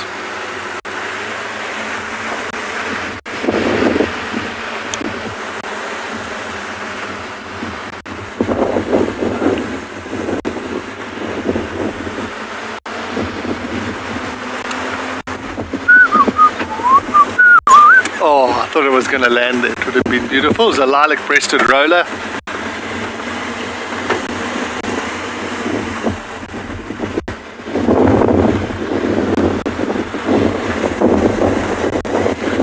So you're going to head over to Tess, who's busy bumbling.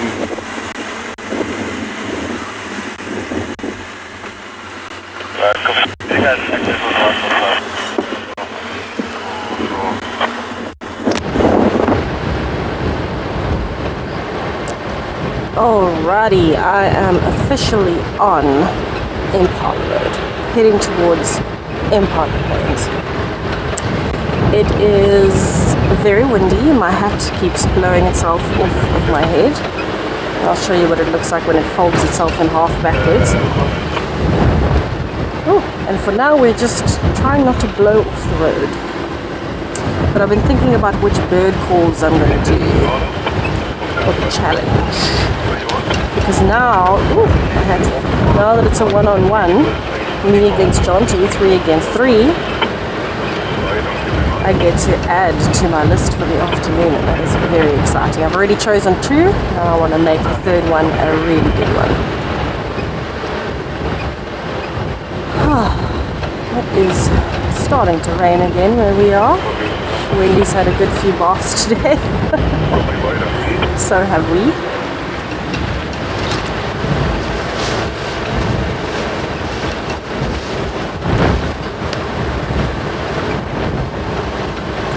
Bella, no. Swallows and swifts are different families of birds. They look very similar, but you might find that swifts have a bit more of a squarish tail, where swallows often have more of a tapered tail or streamers.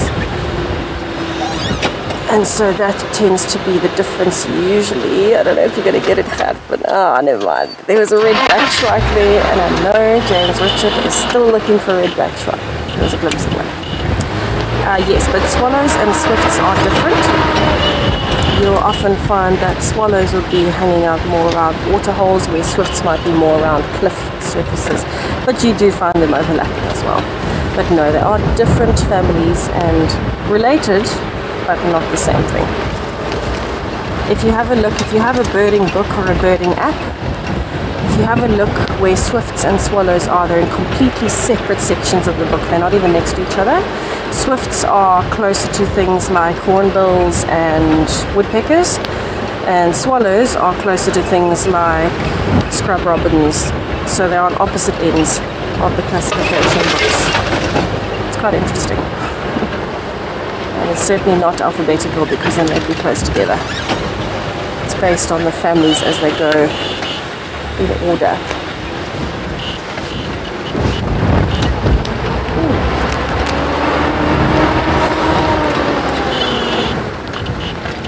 I can tell you that I'm very glad I braided my hair.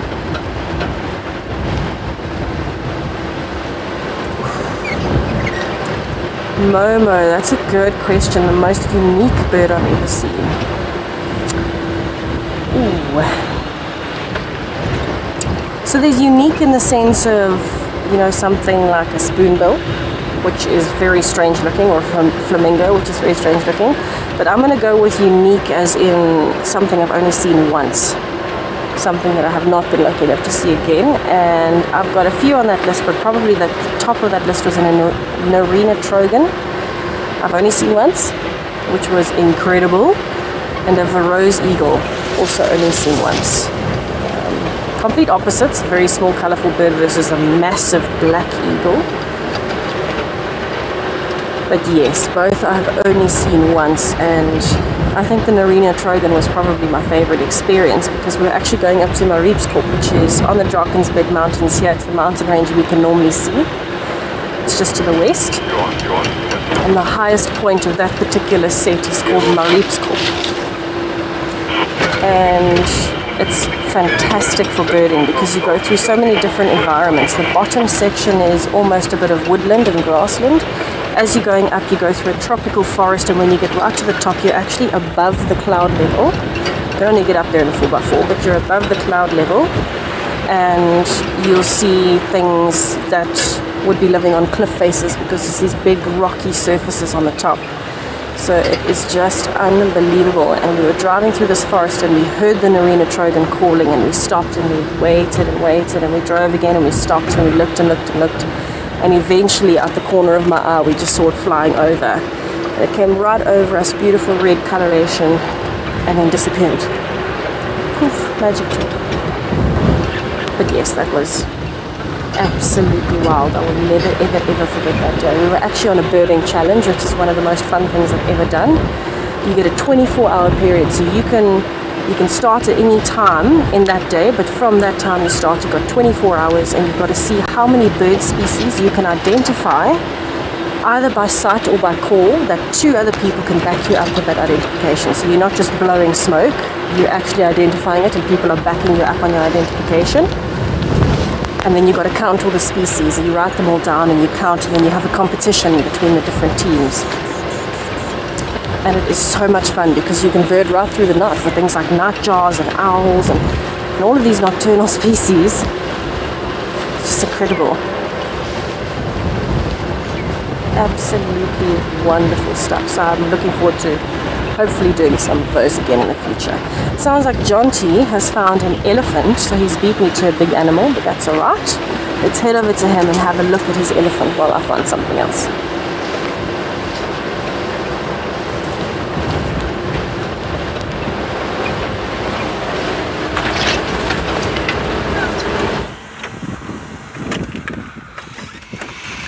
So we've just looped around, we've seen a big elephant. And he's slowly going to come towards us here. Like I said, it's always nice to be in front of them. But I'm just going to sit quietly, just enjoy this.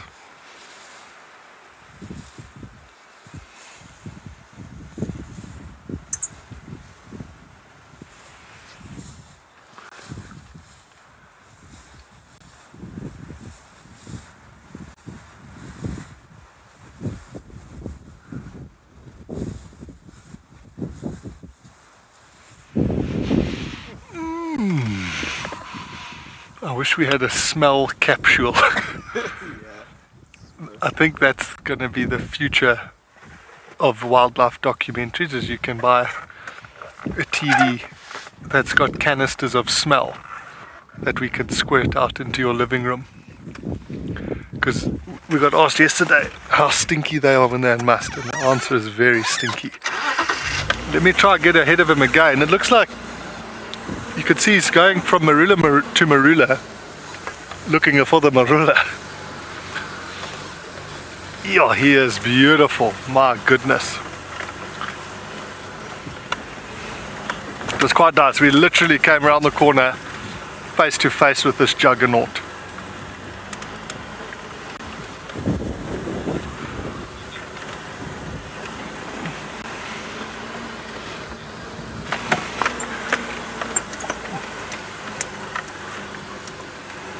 Maybe he's going to go to that one there.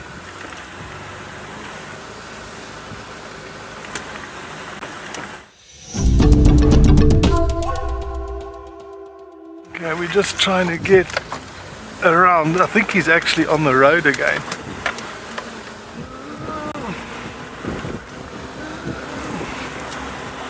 Whoa, whoa. Just bear with us. I know you're just looking at the back of my head, but I think this is going to be worth it completely.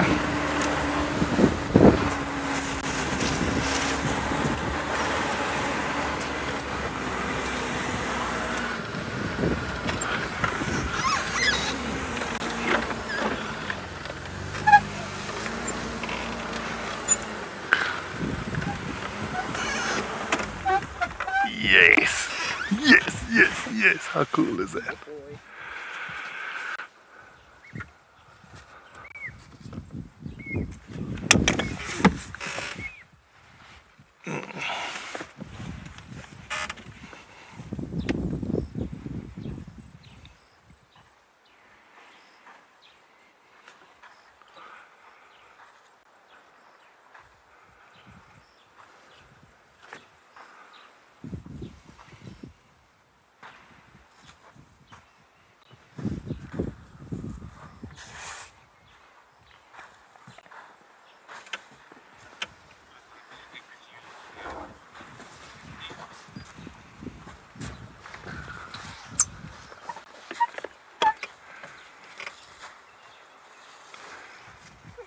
so cool. Remember what we were saying, when you look at those feet on the road, you can see how clearly they're taking in that massive bulk.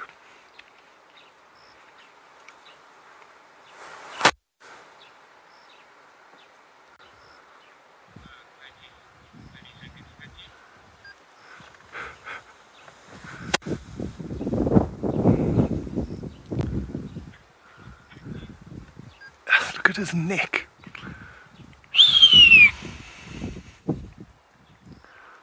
That is an impressive beast. I'm going to start reversing because he's about to go behind that bush.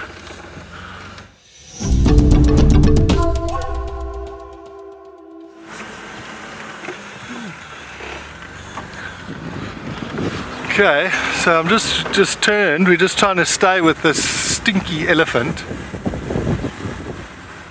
Oh, he's beautiful. And to see that one big tusk. I don't know if you saw how when he came towards the car, he kind of gave us a bit of an eyeball. This is good.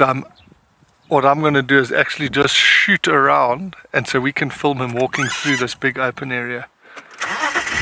I don't want to sort of keep pushing him. I'm presuming he's going to go from Marula to Marula here checking.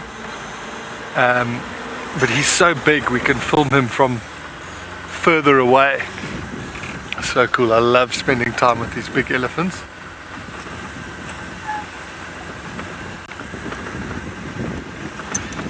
I'll go just past this one here, BK. Oh my goodness, that looks so good. Okay guys, I'm going to turn now. It's just so epic through this grass. Just to see this massive beast.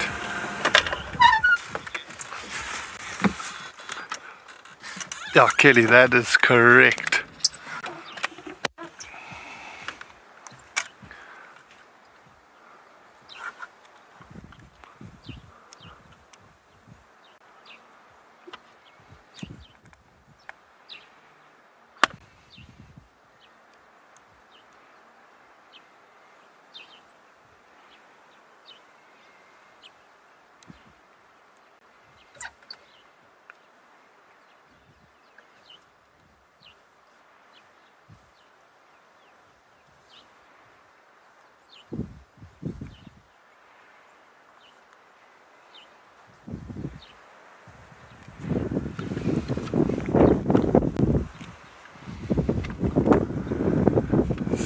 He's sniffing the ground there.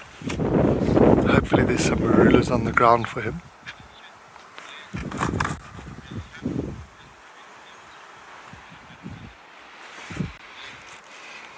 Glenn, no, he can still operate with that one tusk, using it for feeding purposes.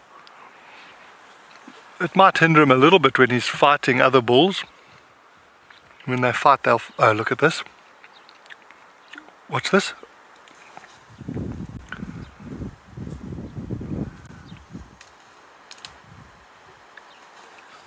Look how high that is. He's going to break that whole branch. No way. Oh, okay, he's going to break the tiniest piece off the end. I wonder if he feels a little bit embarrassed about that effort.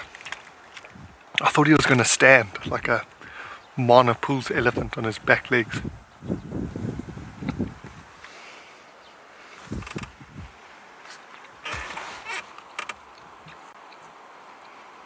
There are fruits in this tree, so he might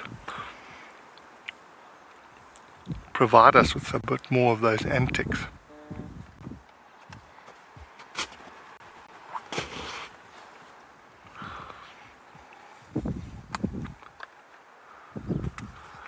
I just got a message from my mum eating biltong. How are you doing, Mom? I hope you're enjoying this big elephant. I know if you would be sitting here, you'd be kniping.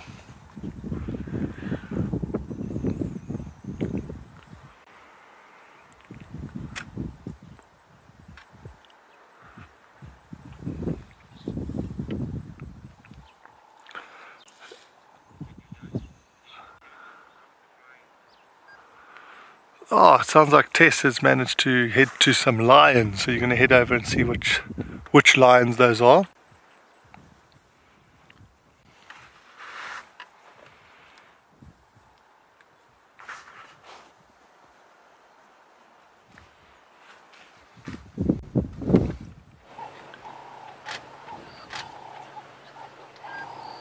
Okay, everybody, we have indeed found some lions. We've got the nkuhumas with the cubs on the road. 1, 2, 3, 4, 5, 6. We've got all 7 cubs here. They're spread out between the 3 lionesses. And they are looking very nice and relaxed. You can see the cub with the injury. This is the one standing up that's limping. You can see it is in slightly worse condition than the other cubs, but it is with the pride, so this is good news. Alright, so you can see they are starting to move.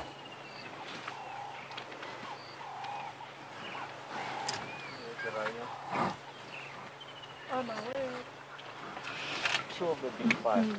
If you are doing a 2 station is coming here to join you, I'm gonna leave. 2 right now. Okay, so we've got a bit of an interaction happening there, everybody. We don't normally show this. That was very unexpected, everybody. We've got the lion cubs in the road, which is amazing. Yes, Benji the cub really does look very skinny. They are moving at the moment, so I'm going to try and catch up. But absolutely wonderful to see that even though he's injured, he's with the rest of the pride. And so that's a massive relief for us, because I remember finding him on the road when he was contact calling and contact calling and contact calling, and it was just, it was a little bit heartbreaking. And then to see the tracks of all of them reuniting. It's the first time I've seen him since then. And so it's a nice relief for me to be able to see that, you know, they are still around. I can see one cub in the grass. So there's the other one. They're coming back out onto the road, everybody. There they are. Actually walking slowly along. I'm wondering where they popped out, because they were in an entirely different area.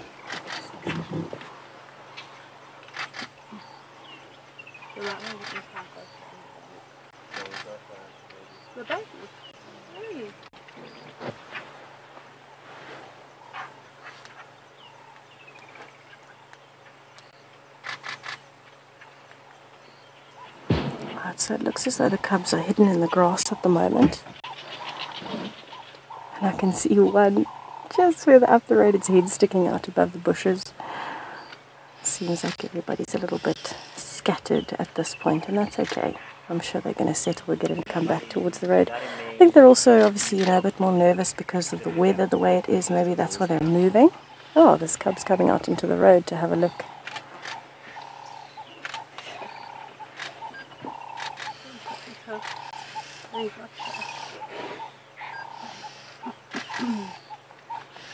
Then, yes, it is fantastic to see nkuhumas and all 7 cubs. And you can see that's the cub that's limping. He's just run across the road. He looked absolutely okay running away. And so we are happy to see that they are safe and that he is with the rest of the pride. Right, I'm going to try and go a little bit closer for you just to see if we can get a visual of these cubs. So I'll try and reposition for you, and then hopefully you'll be able to see them nicely in this golden light.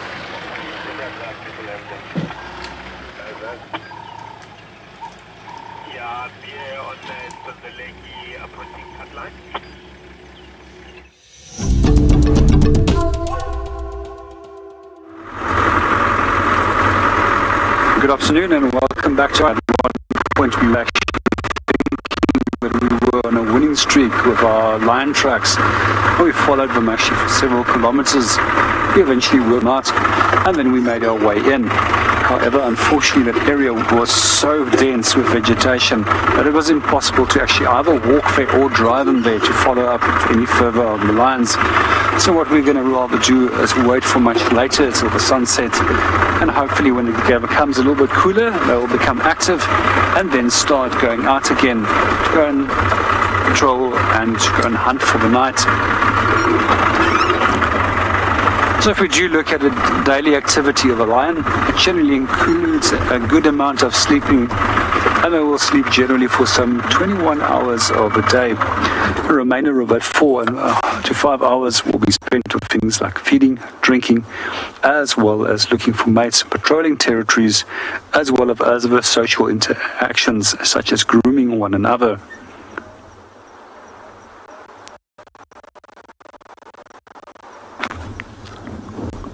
We're going to continue. We're going to go quickly and pop into one of the dams and go and see what else we can go and find there. We hope that it's now started becoming much warmer, but some of the animals will quickly come and pop in for a drink.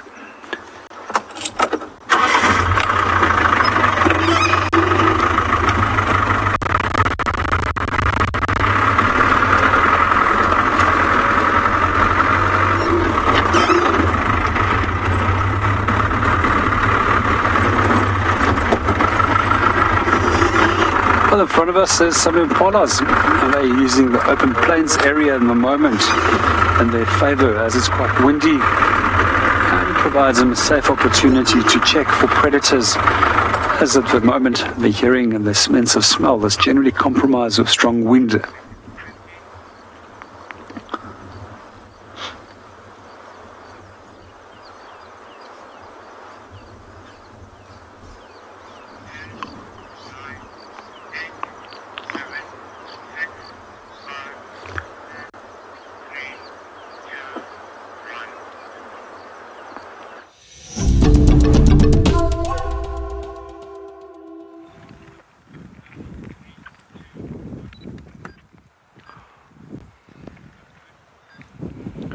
Playing hide and seek with this elephant.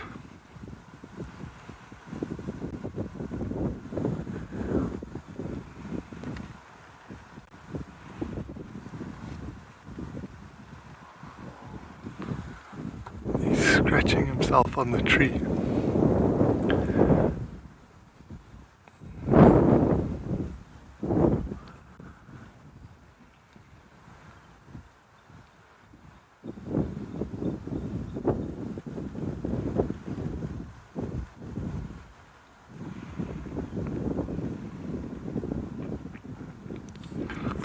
So he did pull, oh jeepers, it's just raining marulas now. He did pull a big branch down onto the road.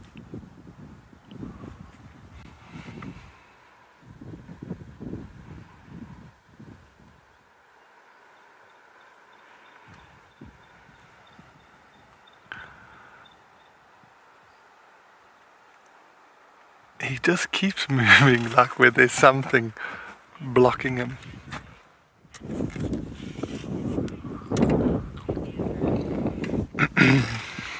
Sorry Mel, you broke up there.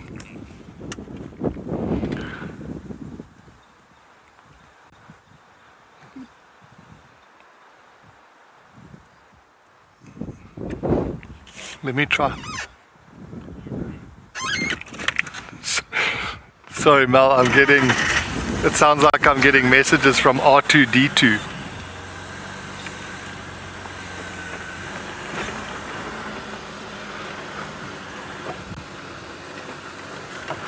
But if it's going something along the lines of living his best life, then correct. That's 100% what this big boy is doing. And look at the light on him now. Oh, that is so good.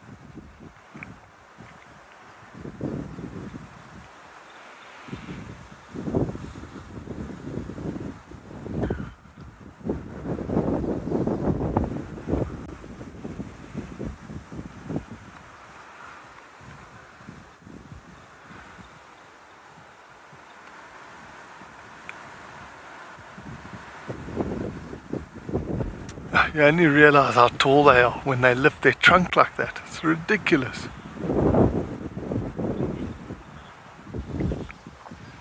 Your Ronnie, in this area, they absolutely love sour plums. In fact, I haven't even seen one with fruits on it. They smash them. The Eastern Cape, they used to eat the jacket plums when they would fruit.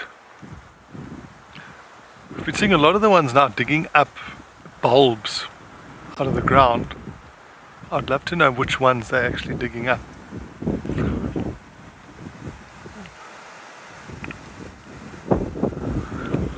In like parts of the Eastern Cape, the elephants love citrus. I know when you go into monopools they tell you don't even bring citrus with you into the park.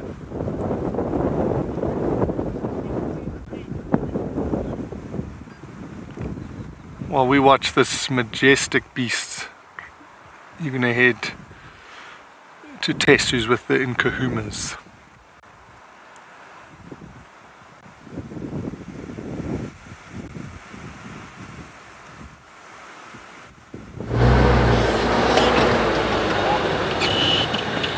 Alright, so our lions are on the move, everybody.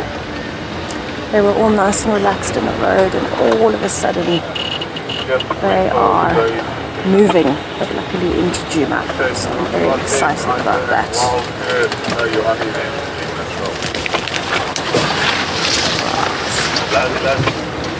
Let's see if we can catch up. So the lioness has actually led the way. They've gone over the fire break and over to the other side of the clearing here.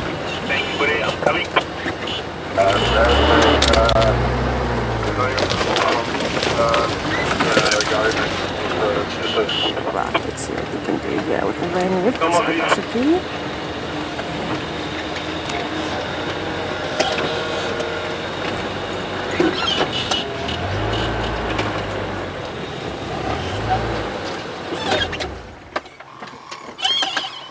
Sorry, FC, if you could please repeat that. Our comms broke up a bit, I think, from the storm. Oh, cute.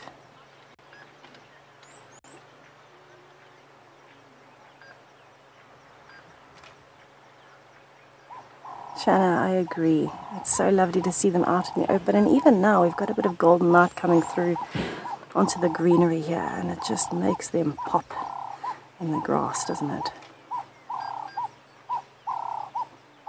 So you are going to hear a little bit of radio chatter, everybody.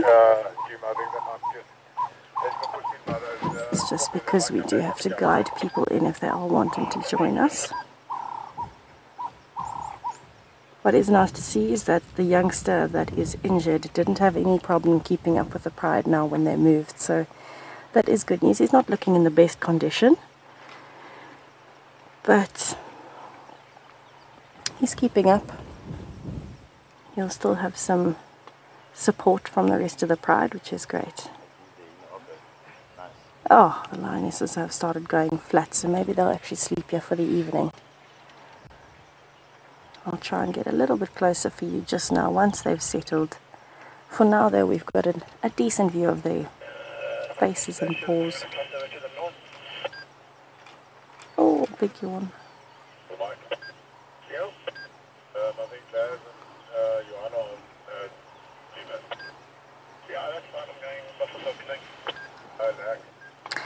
Annabelle, unfortunately we actually don't know what the injury of the cub is from, and it looks like there's another injured one as well. She's got a hole on the side of her spine, just kind of below the spine level on the one side. It's a very clean hole, so it looks like a puncture mark, maybe from a bite wound.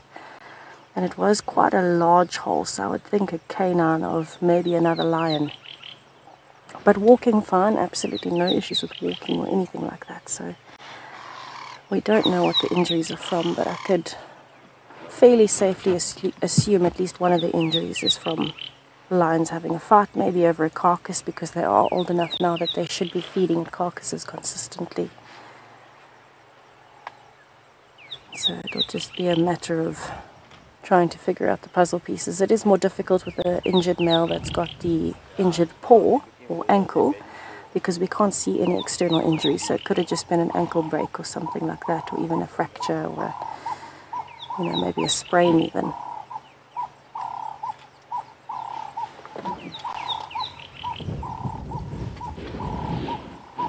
Station on Gary Main, come in. I won't be fine now. I'm gonna go eat. Cubby? Yeah. Alright, it does look like we're settling. So let me see if I can get a little bit closer. We can get a better view. You might see them relaxing a bit. What is nice to see is it looks like the lionesses do still have a bit of milk. They are looking like they have been suckled pretty regularly, which is great.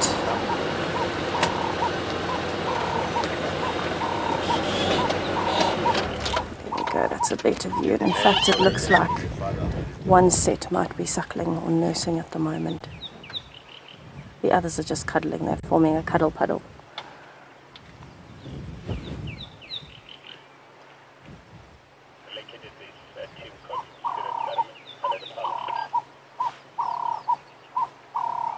Oh, this is adorable. I'm so happy that they're back on Juma. So where they were this morning is about 500 meters west of the Janice, it does look that way. From the way his body's looking at the moment, you can count his ribs and he's looking a bit thin, which it pains me to say that, but unfortunately it is true, as I'm sure you saw. So, we have to be realistic about the situation. It's very, very sad to see it like that, but they are very resilient, and so you'll probably find, because the cub isn't moving as fast and doesn't have as much strength as the others, he's not getting his place at a carcass easily enough yet. And what that would mean is that if he's not getting enough meat, he's not going to be putting on weight. Because the other cubs, they're getting to the age now where they're starting to fight with each other a little bit, and they're getting a bit competitive, as is the norm for young lion cubs growing up. This is a very important part of their learning curve. But unfortunately, that does mean that if he is a bit weaker, he's going to get bullied out of food sources, whether it's milk or meat. But lying down like this, you might find you'll have a decent chance of nursing. And he will stay close to them, as close as he can. So at least he's got the protection of the lionesses, and he's got the company of the pride. So he's got a better chance than if he were on his own.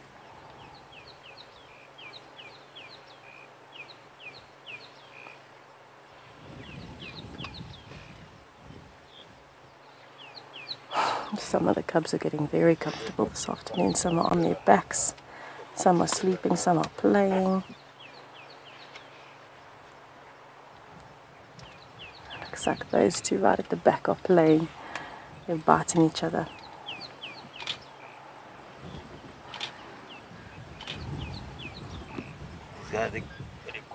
Clara, it's a very special and intimate moment to witness lions grooming each other, especially cubs. But the bond that mothers and cubs have and that lionesses have between themselves is really it's the secret behind the lion pride's success. It's the reason why lions are the apex predator here, is because of that social bond. And that's all made stronger by the grooming. Really a lot of care is given to cubs, and the fact that they can groom each other, that they can feed each other's cubs, is just amazing. It's such a special and rare adaptation that lions have formed. They belong to that tribe. Yeah, they belong to this tribe. The reason of not being together is just because they got a youngster here. If they That kill is so something, cute. It just collapsed on top of everybody else. Did a bit of a back roll. For the youngster, they still youngsters. They still need to. Maybe about a year old is the only time they introduce them. If they feel they want to join back. But if they want to stay by themselves with the youngsters, they can stay. And that's when they're becoming a breakaway tribe.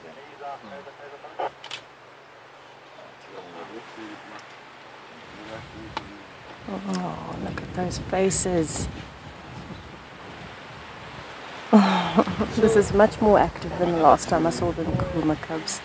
I'm loving it. They are up in the western sector. They've been seen. I'm wondering where the rest of the pride is. I know that the Torchwood pride is on Nkoro at the moment, which is close to Chitwa. Anyway, they hang around with them. But I'm not sure where the rest of the Nkuhuma pride is or where the evokers are. Normally the evokers would be more with this part of the pride. Where we belong in north, we call it Oh, north sector. what a day. From miserable weather and birding, which we love, all the way through to lions. And now it sounds like Jonty has some elephants. So let's head over and have a look there while I get a bit closer here.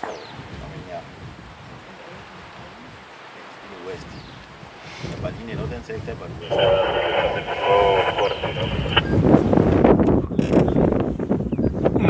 Watching those lions groom each other must be awesome. We've gone far from this elephant to watch him hopefully walk towards us, but it looks like he's picking not such a good line. He's just been going from marula to marula. We actually thought he was going to push that one completely over. Let me just move quickly. What we are dreaming of, because we're here on the Chitwa airstrip, is if he comes down and walks down this airstrip. Oh, that's going to be too good.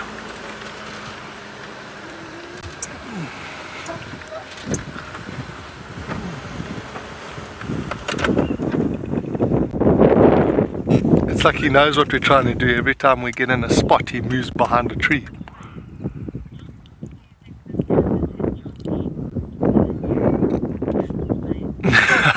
Yeah, he's definitely taller than me. I don't know, he must be around 3.5 meters, I'd say. Up at the top of his shoulder. What we'll have to do is mark a tree that he walks past, and then I'll go and stand there by the tree, and then we can gauge it.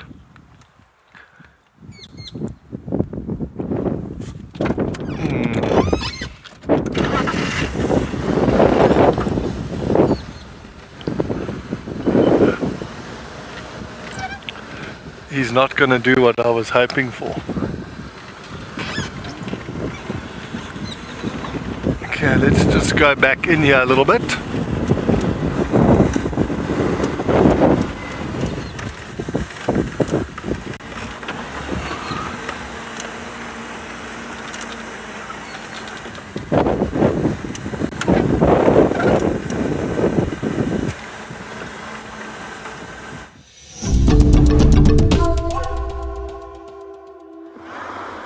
Good afternoon and welcome back to Eco Training Pridelands. We quickly decided to pop into one of the dams and see if there's any action over here. We had some impalas that came in a little bit earlier for a quick drink and has now moved off. It looks like there's another group that's slowly making their way from a distance towards us. In the meanwhile, we're just going to do a quick silent segment and listen to the sounds of nature and also just span around on the landscape.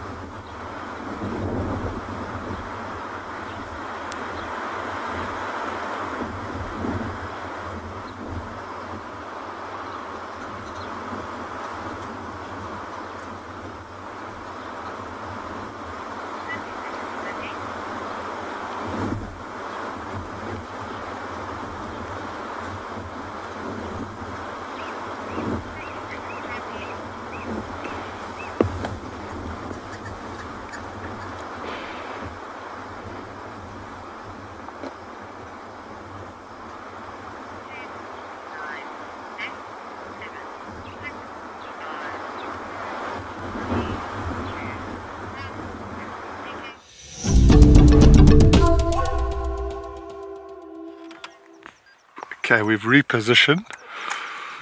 We're in a good spot here, especially if the sun breaks through a little bit. Oh, let's see if he's gonna rock the tree.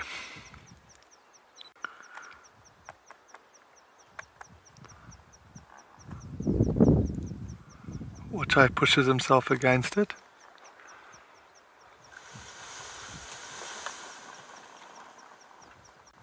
Oh, that is the best tree he's had. I don't know if, well, I'm sure you couldn't hear it, but literally raining marulas.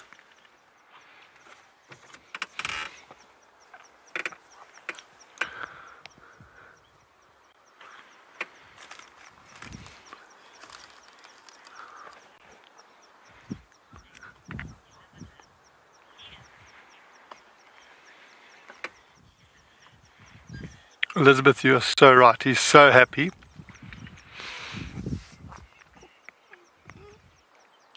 I mean, literally 100 must have fallen down there.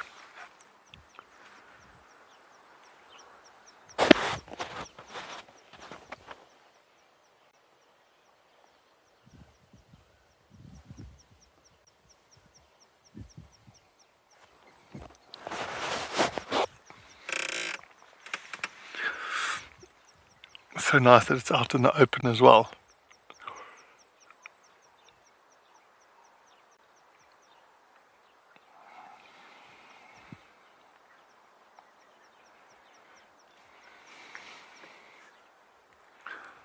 I wonder if he'll give it another little nudge.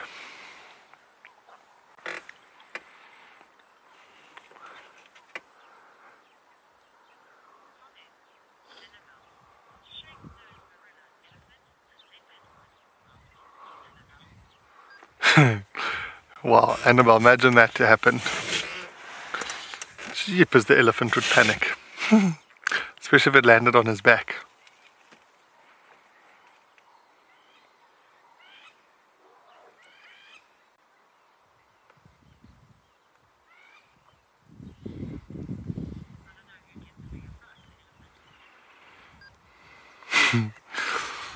Yeah, Mel, I think the elephant would panic at the disco.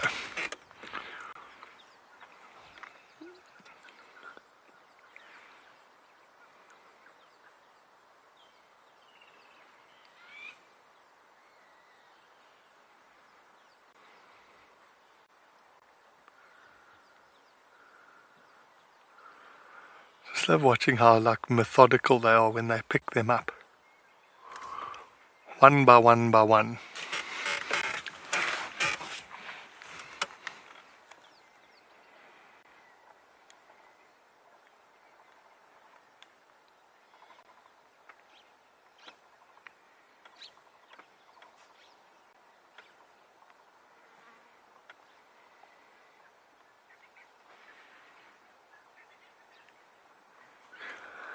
And what's so cool, you can see to the left of his head is that pushed over marula. That's where I did a sunset segment in December. And Darby sent me a picture of a leopard lying on that branch as well. I think earlier this month, or earlier last month, I should say. So it's quite cool that the tree's getting a couple of cameo roles in the show.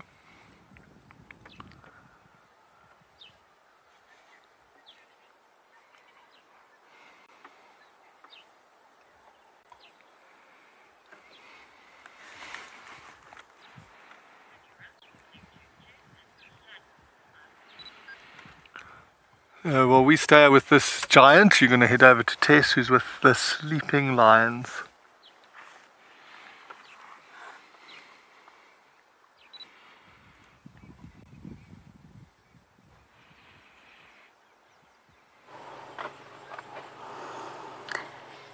I am feeling a little bit sentimental at the moment. Gert and I have been admiring the fact that there is a lioness's paw and a cub's paw perfectly on top of each other.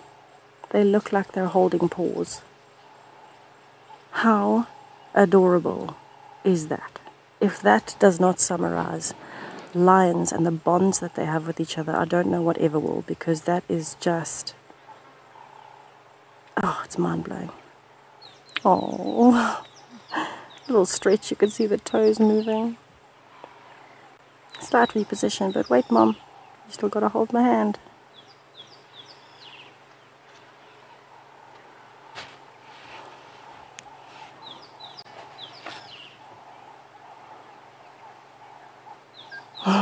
Della, I'm glad I've made your cat a day. It is so good to see them. You know, funny, driving past them on the fire break even, which is 10 meters away from where we are, we wouldn't see them lying in the grass like this because it's so long and green. But this has made my day. It's made my week. Look at those paws. I just can't get over it. It's a proper lion puddle, but the thing that still gets me is the paws. There's just something about that I will never be able to replicate, no matter how hard I try. I will never replicate that shot. I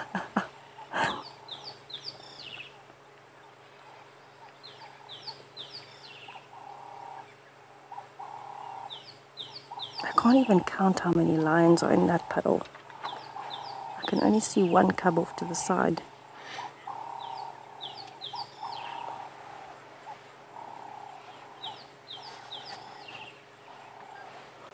Atlanta Jules, yes, I would imagine that it is a nice soft pillow. You can actually see right next to the vehicle here where the lions have been lying and flattened the grass. It's a very different color where they've been lying. Have a look at how silvery it looks. And that's because having flattened it, we can now see the underside of the leaves of this little herb. But it looks so comfortable. You almost want to climb in the middle on a cold day and just be snuggled by the lions. Probably not the best idea, but it looks so adorable.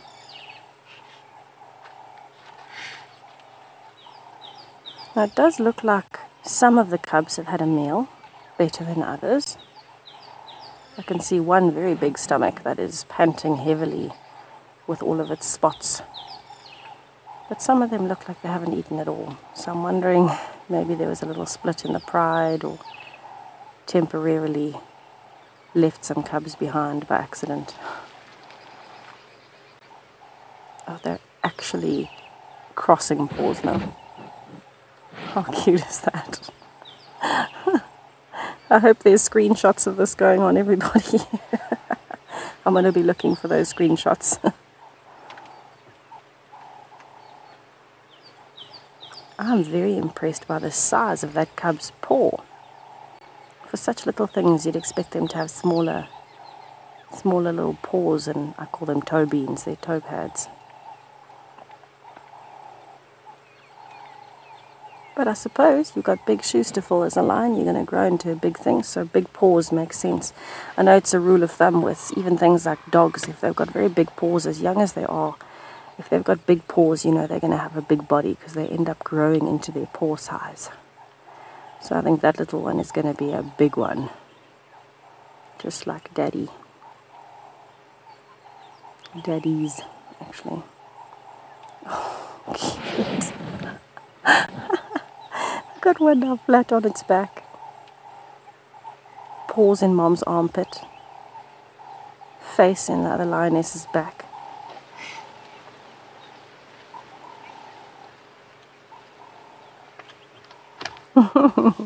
Cassie, it really is a cuteness overload.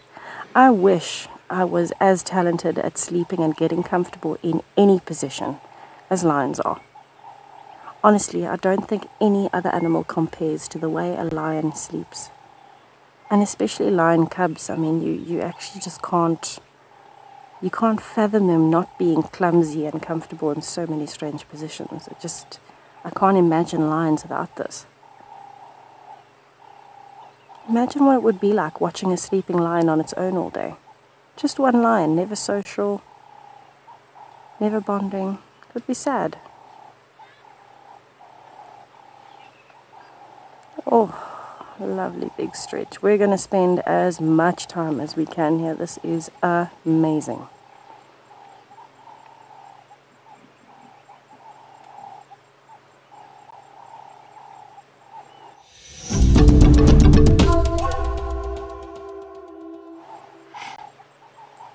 we're sitting here watching our cuddle puddle as they're repositioning and getting warm. Let's just have a listen. Occasionally we're hearing some small sounds out of one or two of them. We've also got the birds calling and the light changing. What a lovely scene to just sit and take it in.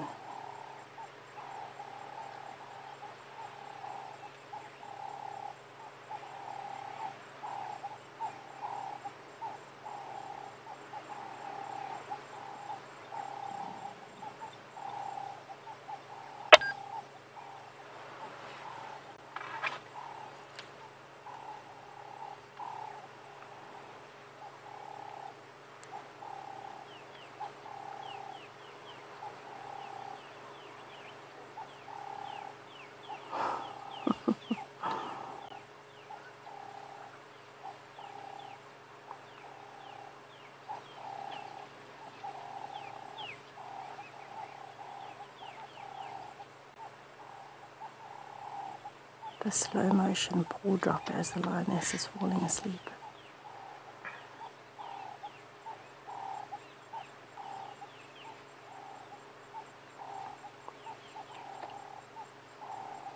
Oh, there's the golden light.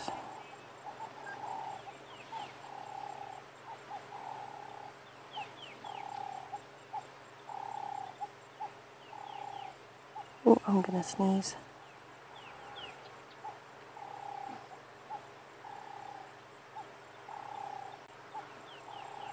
No, never mind, it's gone.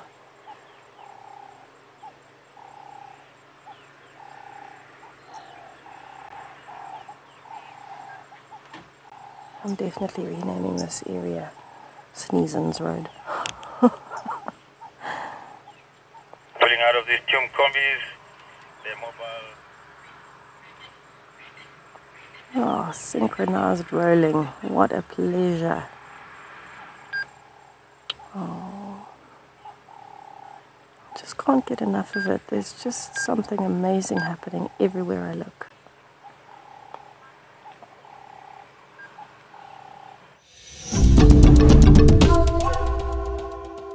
Kingfisher under his chin. Sorry, I just got distracted. Just under his chin, I think he's too far forward. There's some woodland kingfishers on the branch behind him. He's just blocking them. But we are still just loving spending time with this big rig. But we did reposition a little bit. It was starting to get a little bit toxic. Just smelling his eau de must. 60% of the time, it works every time. BK wants to bottle it. I don't know if it'll work so well.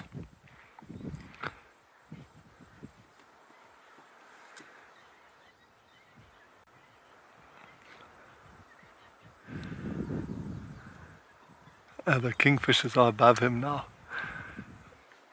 You see on that spindly branch. Oh, one flew past. They look like they might. Oh, there they are. The woodland kingfishers. And a beautiful big elephant.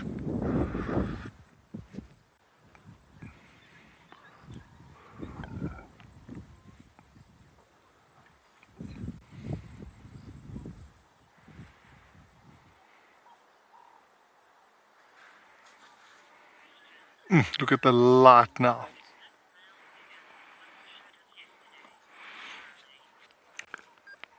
Gurlane, I think they're probably pretty close. Actually, the one we saw yesterday would have looked more impressive just because of he had double tusks. But look at the light now. Oh, that is so good. Especially with that like dark rain cloud in the back. Oh, you see the kingfisher darted down there just behind the elephant, maybe for a little insect.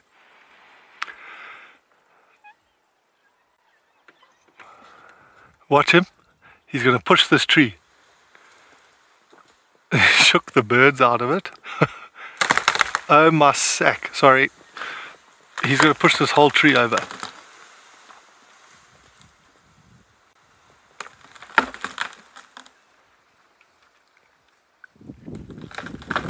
No ways. casual. And look how he's looking at us. Guys, that is unbelievable how strong he is there.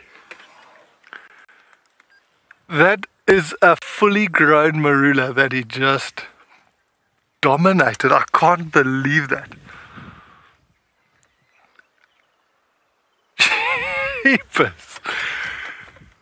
That BK is just saying that is serious power. That was the tree I was going to say, let's mark how tall he is. And I'll go stand there. That is ridiculous.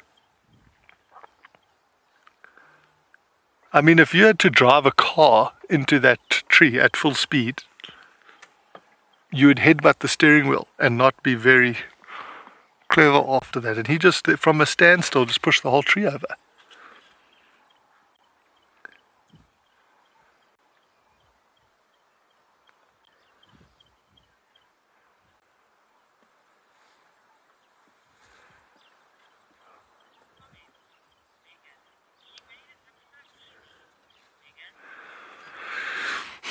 Yeah, Megan, he did. He made that look far too easy. You almost have to watch it again. It happened so fast, but you see how much, like almost the technique that he used, how much power was coming from his back legs through the front legs and that massive, massive neck and shoulders.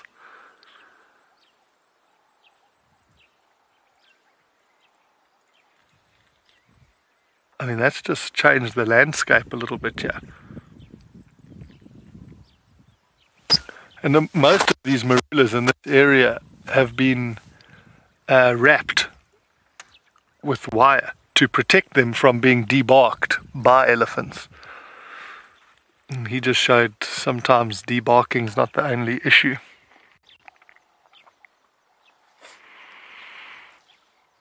Jeepers, that was impressive.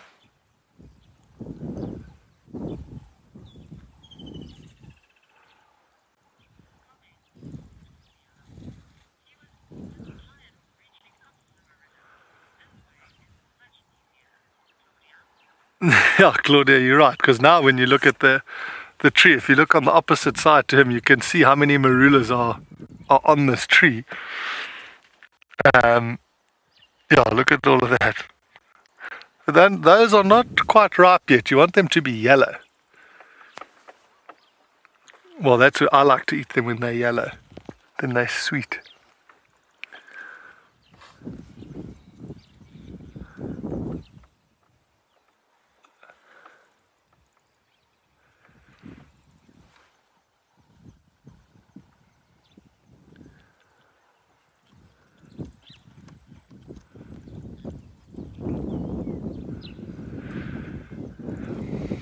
Actually, there's not many words you can say after watching a thing like that. You've just got to let that action speak for itself.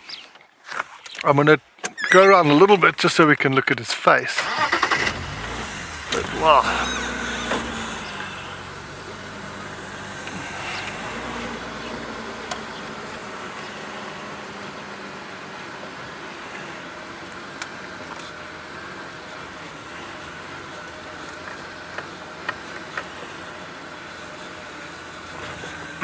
Tammy, that's a good question. What you would have, often you would see, like especially if there's a herd, they'll often sort of congregate under a tree and will be happily feeding it. But if a bull like this turned up, or any elephant that was bigger, it doesn't necessarily have to be a bull, they would just push any elephants that are smaller than them out of the way.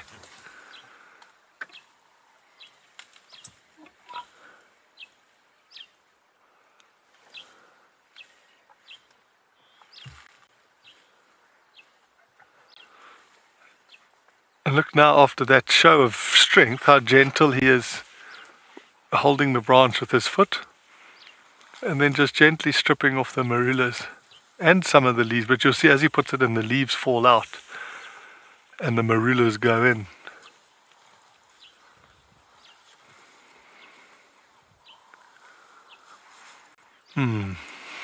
But we're back in the line of BK scent here.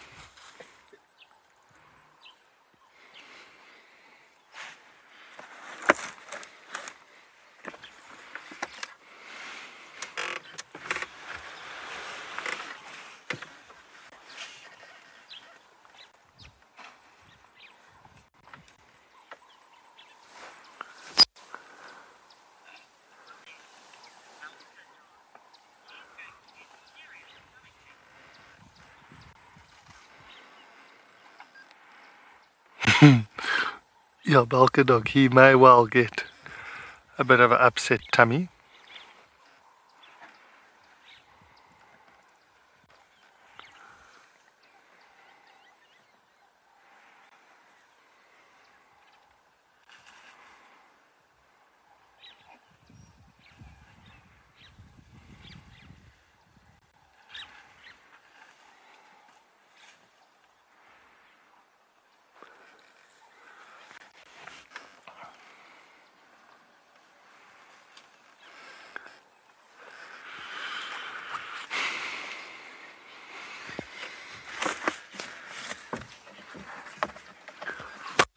Well, we just spent some more time here. You're going to head over to Tess with the Incahumas.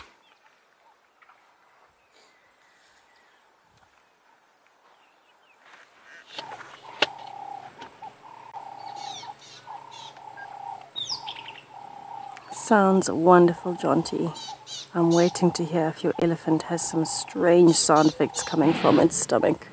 Like ours had the other day. I think it had too many marula fruits. We are loving our golden light over here with these lions. Mostly everybody's sleeping, but one lioness is intent on grooming at the moment. And she's hopping between grooming her own paws and grooming the cub's ears.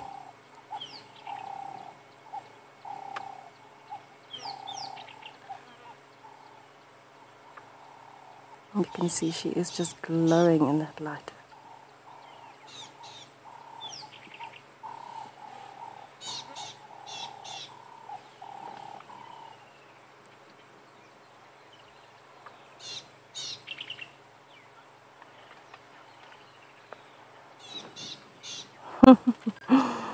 Jen, lions smell completely different to hyenas to me. I would say hyenas smell quite dirty and very fishy a lot of the time because they've got a very bad habit. Well, I guess we call it a bad habit. To them it's a normal daily habit, but they've got an unusual habit, I should say, of rubbing themselves all over dead carcasses, entrails, the innards of the stomach. So they tend to be a little bit smelly, unpleasantly smelly to me. Where lions don't have a smell, unless, for example, you have one going to the bathroom next to you, then it might have a smell. Or, for example, if it's got very large open wounds or anything like that that are infected, you might find a bit of a smell. But to me, the only times that lions really smell is if they urinate next to you. It smells very, very fishy, as though they've eaten 50 cans of sardines each. And if they defecate next to you, my goodness, it's enough to bring tears to any sane person. Honestly, it blocks your sinuses within seconds. It makes everything else run. It can churn your stomach in a flash. So that's the smelliest part of lions for me. I think Fat agrees. Yeah, you don't ever want to drive through lion scat. Yeah, it's one of those things, especially if you've spent a bit of time with lions and you're in a sighting like this, when they do start getting up and moving, especially after a long day, then what happens is the first thing that they often do is get up and go to the bathroom.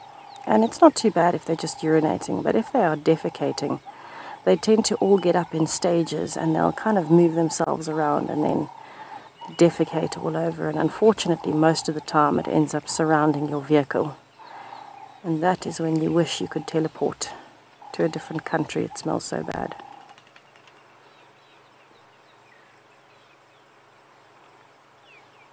One of those that burns your nostril hairs without trying.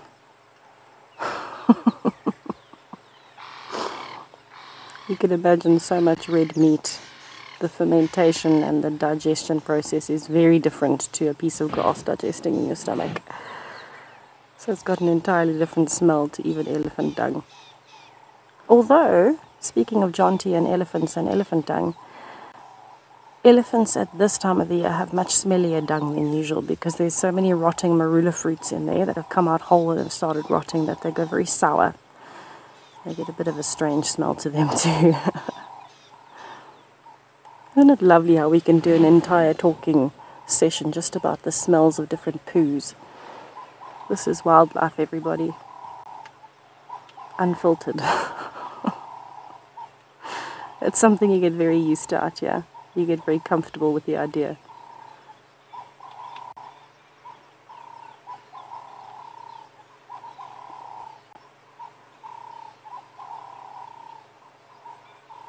See, I told you we wouldn't be able to replicate that poor moment, everybody. Never to be seen again. I actually didn't realize at the time, but Cassie that sent in a comment was my mom, Cassie. I wondered, but I wasn't sure. Hi, Mom. I'm glad you enjoyed the pause. So did I.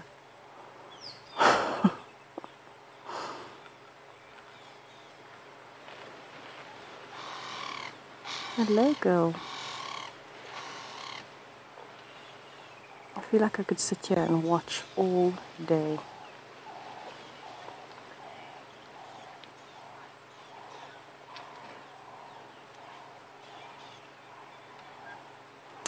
Renee, we're in a very lucky time frame at the moment where that golden light, like you say, it's just kissing her on the forehead. It's just hinting at a bit of gold on the coat. Absolutely beautiful. This time of the day when everything is starting to calm down and the golden light is filtering through, if you can find predators or an elephant or anything that you love and you can sit with it at this time of the day, it's always the most special sightings. Even if they're doing nothing, this light changes everything.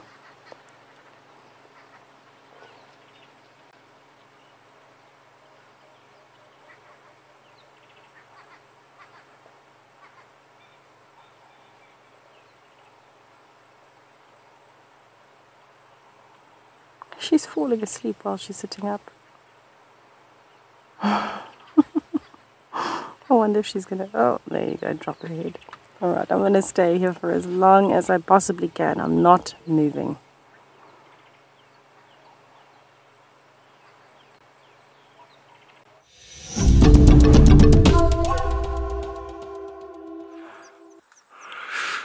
So I was just going to say, let's just have 2 minutes or so of just enjoying this elephant, and we'll keep watching. These woodland kingfishers keep landing quite close to him.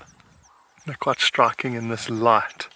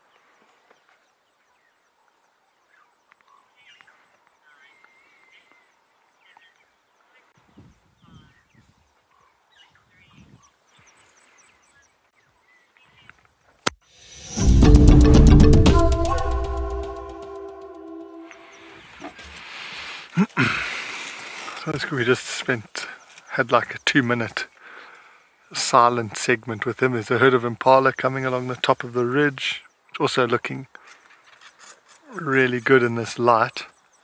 Oh, now the kingfisher's above him again. Sorry, BK. See up on the top left.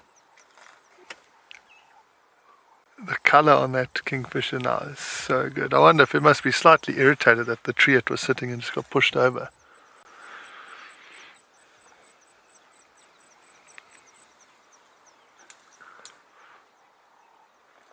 Now it's actually on the same branch.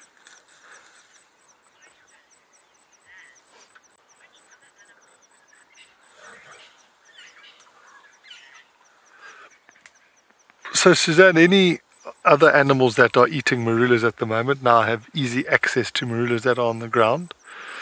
It also, it's just, if you imagine like a structure on the ground now, that'll be there. That will become a house for all sorts of insects, millions. But squirrels, mongoose, they'll go and create little nests and things like that in that pushed over tree. And the tree also creates a sort of like a micro habitat underneath where it's fallen down. And you'll find often you'll see elephants will push things over, and then you'll see the following rainy season they'll come and move a pushed over tree, because underneath that tree is such nutrient rich grass, because it's growing, it hasn't been affected by anything. I think the thing that we all forget, elephants get pinned hard for damaging trees, but they were the original sort of architect of the landscape. And we put a spanner in that work, and so now we have obviously managed areas that we protect these animals in. But the impact of the elephants is only there because they can't move anymore. They can't cover the traditional routes that they used to. And so that's why some areas of vegetation gets absolutely hammered.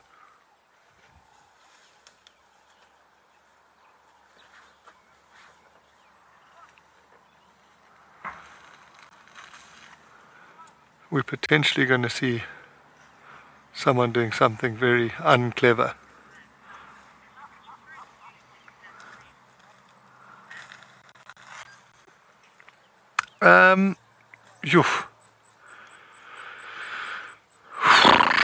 I've got no idea.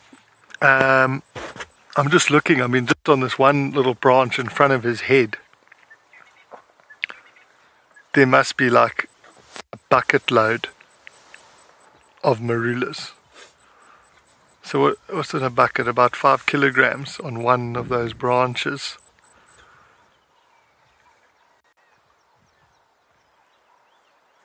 I don't know, maybe 100 kilograms of marulas. Maybe that's too many for one tree, I'm not sure. I'm just trying to gauge it from how many buckets I think of marulas you could fill.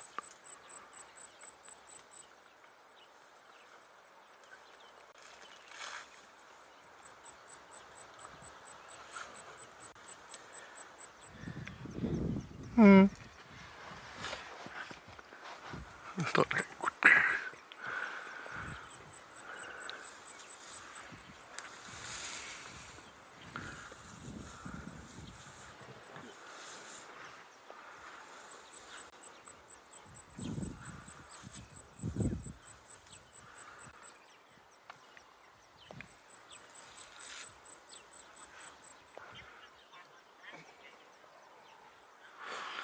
Hasana, 100%. You're very correct in that statement. So,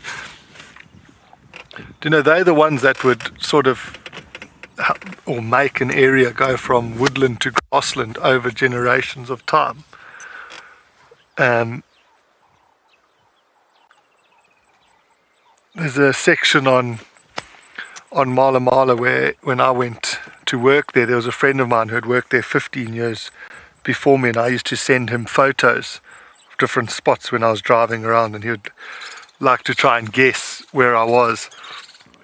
to just test his knowledge of how well he remembered the property. And there was an area where I sent him, and it looked a bit like this, like a grassland with some scattered trees. Yeah, that's what it looks like now. And he couldn't get it. He kept saying some of the big open areas, and I would tell him no. And when I told him the area that it was, he said when he worked there, it was like a knobthorn forest. You couldn't drive through it if someone paid you. And so that was 15 years that the elephants had sort of felled those trees.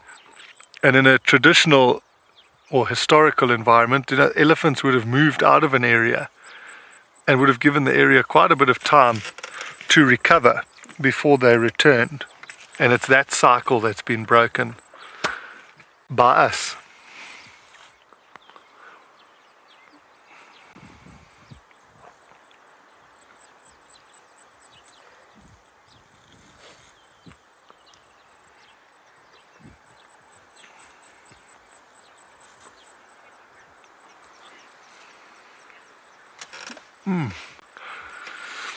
You're going to head over to JP, who's looking at the sky.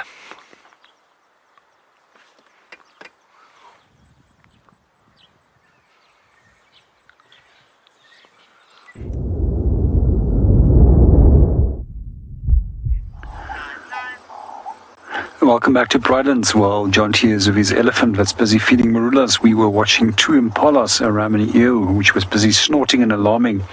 We quickly came over to come and investigate to see what was actually happening. For quite a while, they were actually staring into the distance and then started relaxing. It seems as if that's unfortunately a false alarm.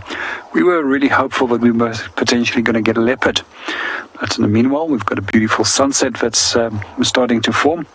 And we're just going to put the camera onto the horizon, look at the sunset, and enjoy the sounds of nature in the background.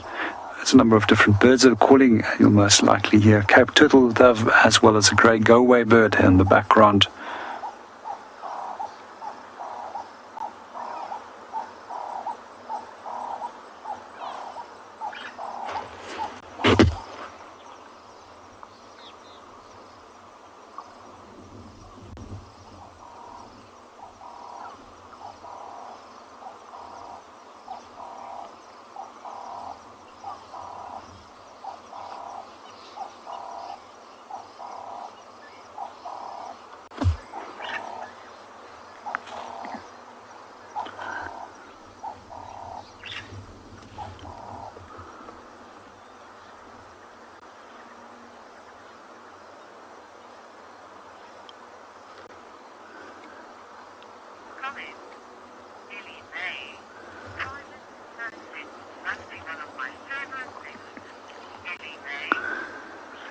Good afternoon, Ellie Mae, and welcome to the show. And I'm glad that you really enjoy them. And we'll try and bring you a beautiful sunset and a sunrise every time there is one.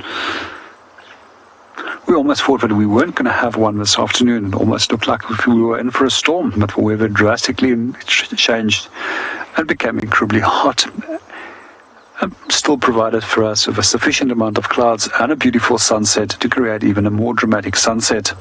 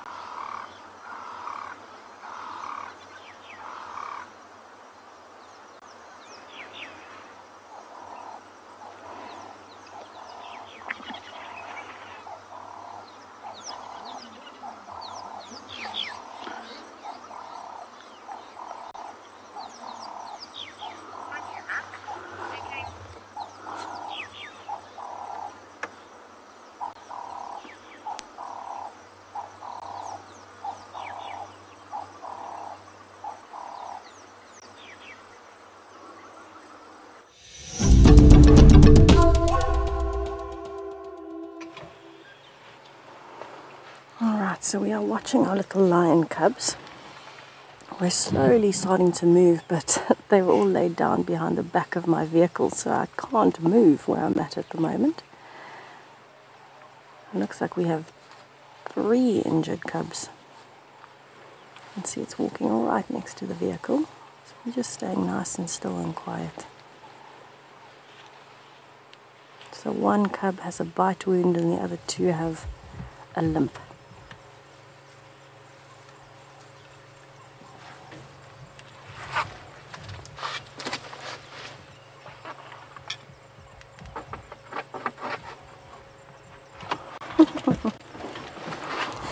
Looks like all the lions are behind us, so we're just having a look at the sky for now, for the next minute or so, while we wait for the lions to move before we move, because if we reverse now, there's still cubs behind us and we don't want to scare them. Okay, Gert says I'm good to go, so I will move very slowly.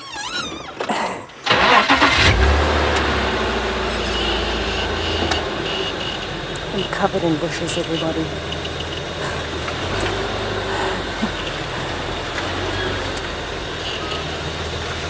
Make sure there's no lions behind me and move very slowly. Goodness, that was amazing. We walked right past the back of the vehicle. I've got some leaves stuck on my car too. This grass is long. Okay, but I can see the path where they've walked.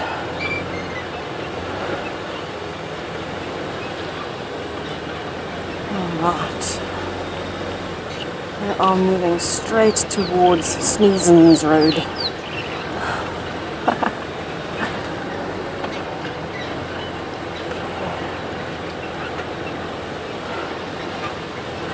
There's a very thick section I'm about to go through, so we're going to have to take it nice and slow and not scare them.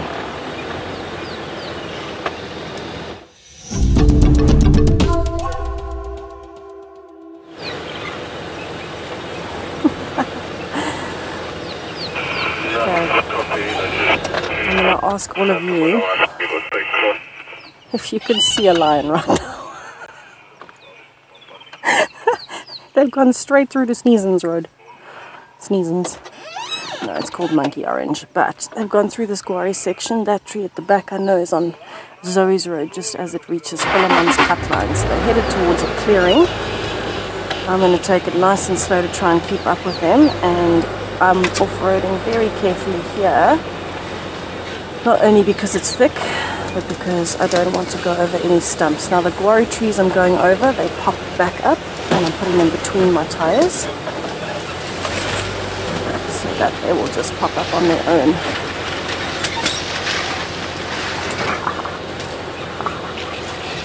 The pros of a short wheelbase. Oh, I can see lions, but they're just on the other side of this little quarry. So you can see them through the leaves.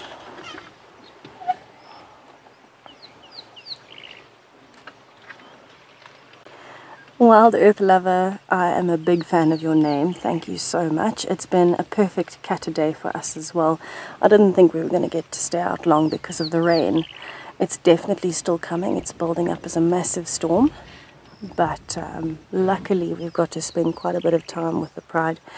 Now I know this is not the greatest view, everybody, but for now we are stuck with it because I don't want to go over the quarry. It will pop back up, but they're just on the other side, so it will give the cubs a bit of a fright if I off-road there at the moment. It is very thick on all sides around me as well, with other trees mixed in between, so I don't want to off-road kind of around here or around there right now because there are a mix of other trees and we want to be careful of things like jackalberry trees, apple leaf trees. These are protected tree species and they're very good at hiding in amongst thickets like this. And so, especially when they're very small, they're vulnerable. They're very slow-growing trees. So we're going to have to deal with a bit of a strange view of the lions for now. I might have to actually go all the way around, back onto the main road, and then up on Zoe's to try and find them here in the clearing. And I think that's what I'm going to do, because I don't want to put pressure on them by going this way. I'd rather chance losing them than scare them, and then they don't trust the vehicles anymore. I'm going to be... Oh, I might make it through there and around with the rain roof. No, there's a drainage line.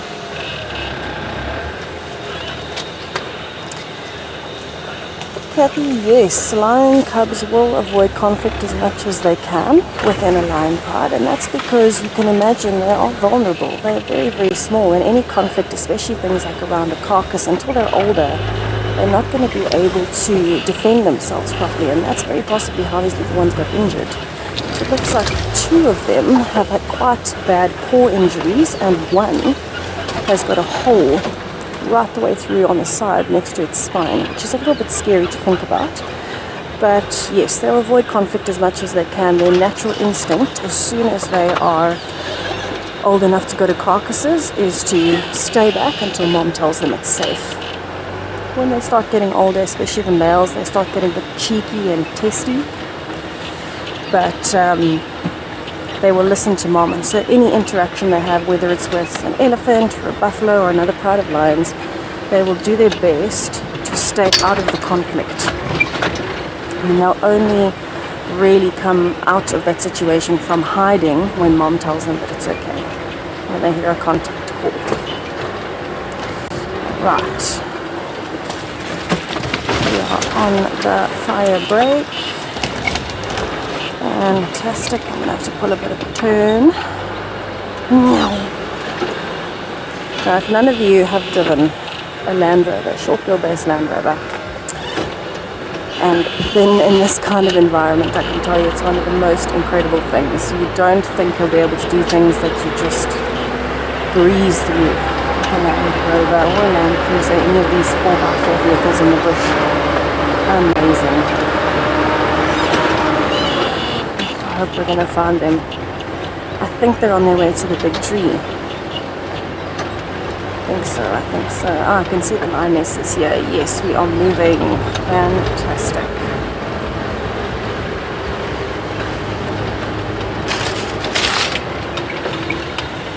I'm going to try and loop in here.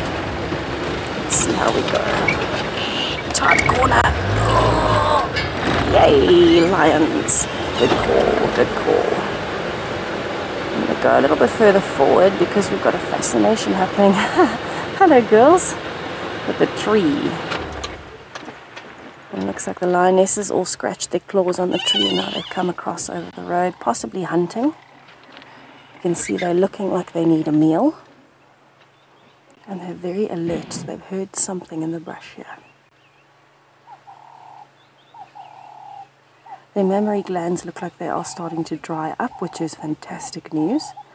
And this is right on cue. The cubs should be almost midway towards the end, almost, of their weaning period.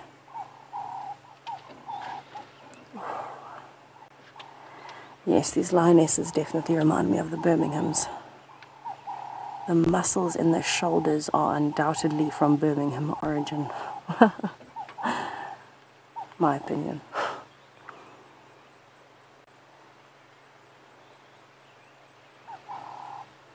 Right, we are going to have all the cubs crossing in front of us very soon.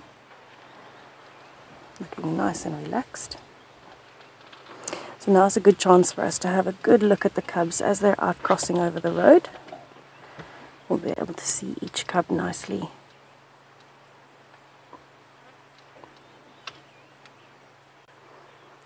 Stopping to listen for their mothers. By this stage, they already have practiced stalking. They're not actively participating in hunts, but they've definitely practiced stalking by now. Station's just an update. The Nkuhumas are up and mobile east, just north of the fire break on Djuma from Zoe's Road. Just giving a little update for everybody. Jumpy. Right, so 1, 2, 3, 4, 5, 6, and here comes 7. So when they're walking like this, there's no massive obvious limping other than the one male, this male that you can see.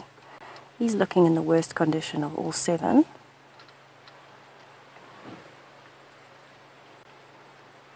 But he's not the only one with a limp. There was another one but with a limp on the other paw, other front paw.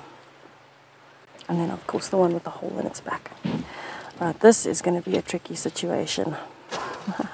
I'm actually going to carry on along the fire break and hope that I can get a glimpse of them every now and then as we carry on with them.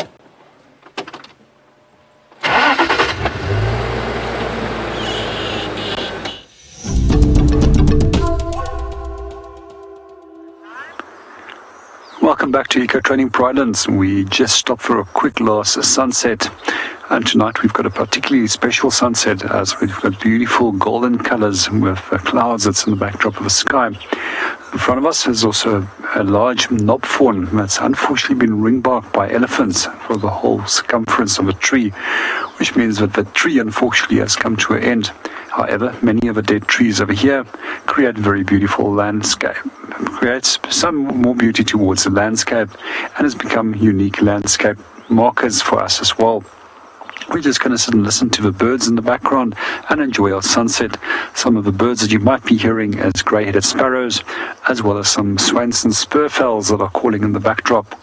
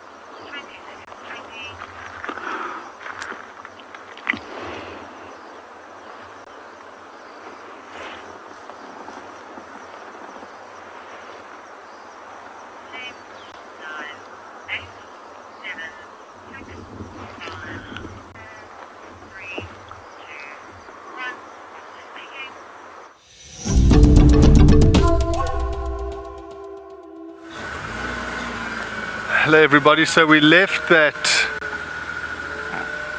big elephant and we were heading back down towards Philemon's Dip, Zoe's area. I can see there's one Franklin there, but there's one on the ground and it's been shouting. You can hear that, I don't know if you can hear that sound.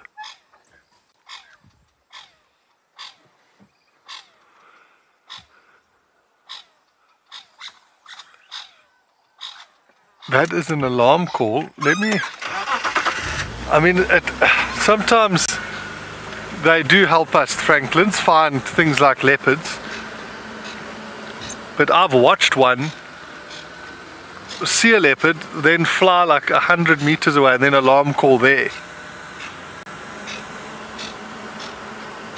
And I actually can't even see this one. Oh, but it's going nuts. Where is it?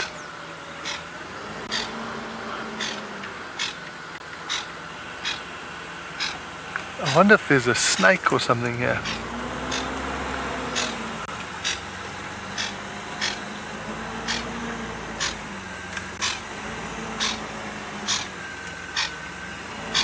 Okay, it's in this tree.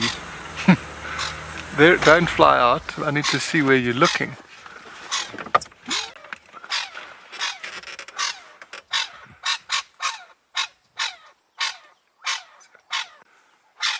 It almost looks like it's looking down below it. And that's a good vantage point, obviously being up, or now it's looking the other way. Let's just do a little loop around here, just looking very carefully to see what we can see. And please, if anyone's watching this time, if we don't see the leopard, maybe send in a message and say, by the way, you guys just drove past a leopard.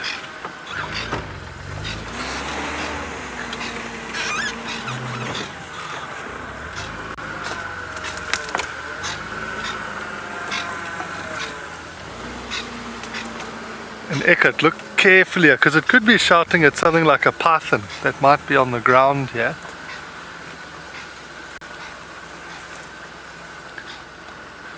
But it is not happy at all. And the other bummer is they shout for a long time.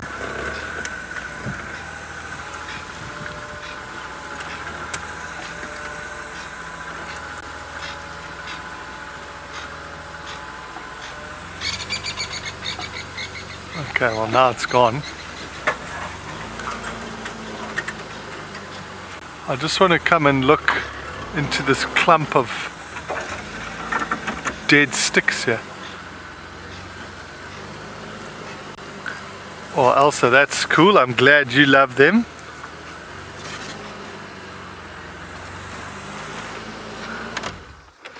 I'm just looking carefully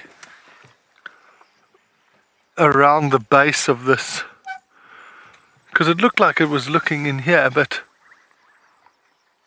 we see now it's shouting there. I wish we could ask it. So what's making you so sad?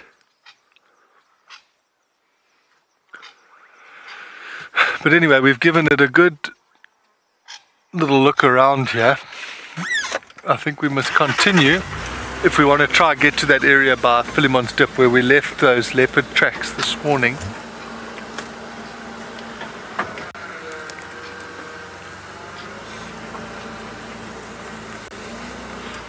Oh, the lions are moving. You're going to head over to Tess and see what they get up to. That is legendary.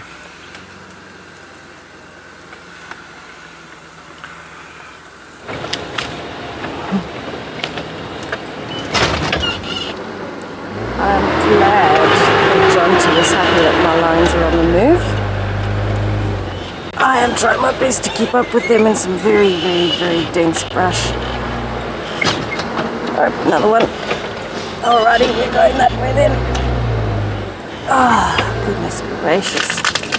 The elephants have been digging here, everybody, and there's some nice big holes I'm trying to avoid. There we go. Got it. Yay. Girl, Wendy, you've got this. So it looks like, despite the injuries, all of the cubs are keeping up really, really well with the pride. None of them are lagging behind. The lionesses are on the move. They're going straight towards Treehouse Dam. We're going to cross Shibama track very soon. And they are keeping up, all in a line, right behind the lionesses. I am going to struggle to keep up through here though. But we're going to give it our best shot.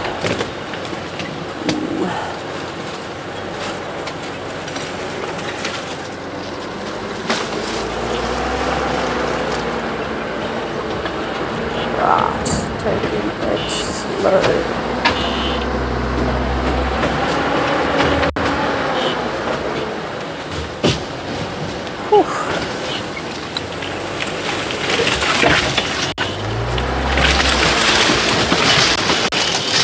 Kyle, I actually doubt that the lion cubs would come all the way into the camp, because remember, at this age they are still nervous and aware of people. So the vehicles is a different story because they're habituated to the vehicles, but in terms of actually on foot, I think it's a very different story.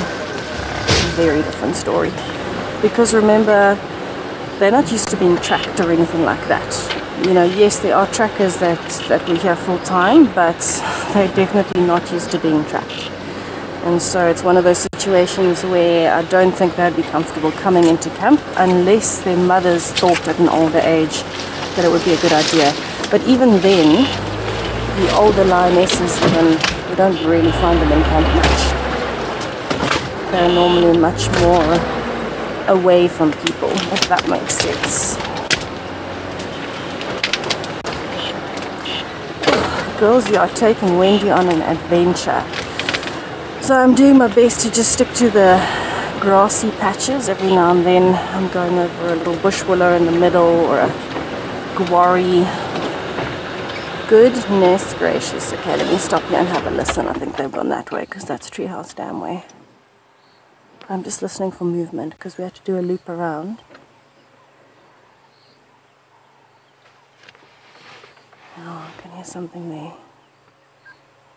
I'm going to go through there. Beautiful. It's a very interesting conversation to have though when you're looking at... Oh, my earpiece just hooked on something.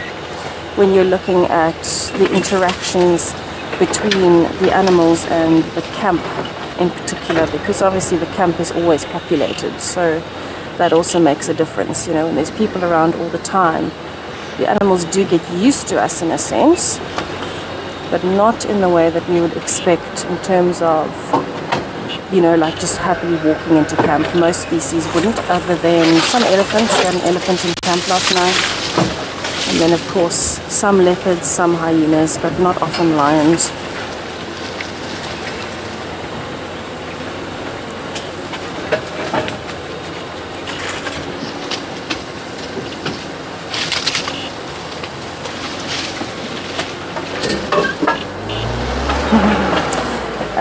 Yes, indeed, Mel. Sorry everybody, I'm just chatting to the director. You can tell John T that I am going towards Shibamu track from Zoe's Road.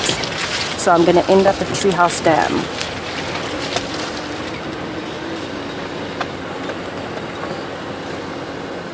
Alright, let's see how we go. This is a dead one, but I'm hoping it's not a big dead one. Just some dry branches. There we go.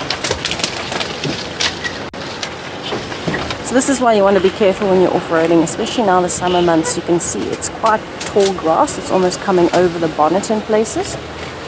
So you want to go rather slowly. I'd rather lose the lions and keep the integrity of the vehicle, but at the same time not scare the lions, than try and stay right on their tails and then you're damaging things, including the environment. Not cool. They've gone through there. Beautiful. We're having to do a few figure of eights around the bigger trees, around the species we wanted to be careful of. But I'm pretty sure we're about to end up at Treehouse Dam. But Wendy is doing a stellar job. When you keep her nice and slow, she is brilliant. Unstoppable force. Yeah, I can see a log on the floor there. I'm going to have to cover myself in bushes. Oh no. Exactly, Mel. Slow and steady wins the race.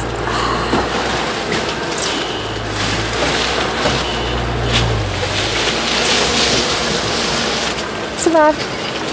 Probably got a few more spiders on me though. I'll tell you that much. Spiders for days all over me now. And it's all the little ones that I don't like that scare me. Oh, I've just seen a tail there. Good, good. We're on the track. Fantastic. Just trying to be very careful for elephant holes in particular here. Elephant holes are not something we want Wendy to get stuck in, because then we have to jack her up. That can be quite a mission, and with lions around, probably not ideal, everybody. Not ideal. Right, I'm gonna have to swing this that way. In between the monkey oranges. It sounds scary, everybody. It's just some dead branches on the street that are scraping on the side of the rain roof, because we've got bars, which we don't normally have. Yes, we are going towards Treehouse Dam. Do it, Wendy. It's just a branch. There we go. Better, better, better. Alright. Very close to the road now, everybody. We're getting there, we're getting there. Okay. I am going to keep following my lines, cutting back this way because they're down this way. and I'll catch up with you just now, hopefully with my lines at the dam.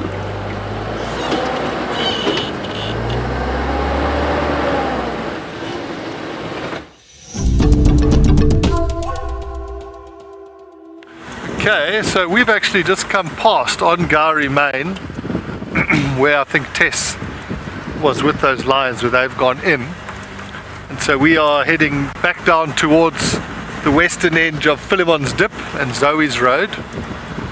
We just want to take a turn through that area and see if we get lucky. That is the area where we lost the tracks of the 2 leopards this morning.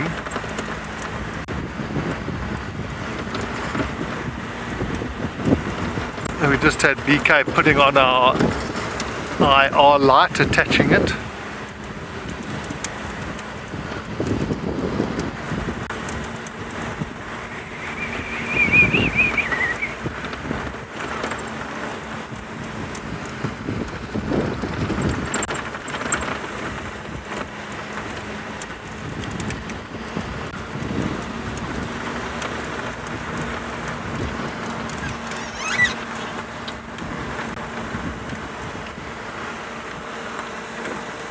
Okay. We're right on the that awkward stage where it's still enough light to not use a spotlight, but you start thinking you do. So I'm just going to go really slowly along here. I'll show you where we lost the tracks. It's amazing how leopards do that.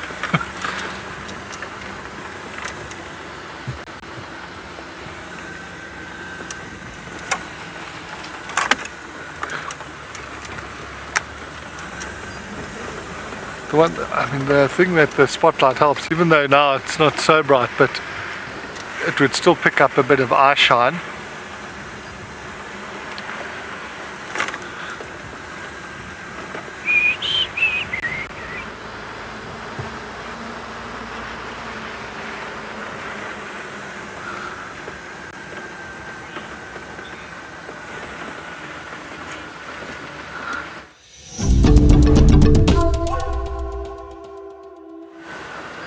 Okay, so we are back on Zoe's Road now. This is where we followed those leopard tracks this morning. They walked all the way along here. And it amazes me that they do that. I mean, they've been on the road the whole way down Gowrie Main for about 300 meters along Zoe's Road, and then they just vanish. But I must say, my mind casts back to the afternoon when BK and I found the lions down here, and they were looking interested in something. I wonder if that wasn't the day that Thandi caught something here, and that commotion attracted the lions. Because remember, we said those lions looked well fed. I think they were responding to whatever the distress calls or what was made here when Thandi made this kill. And we haven't seen it. We're just presuming that she made a kill because we saw her the evening before and she was as thin as a rake, and yesterday she looked like a fully packed sausage walking down the street.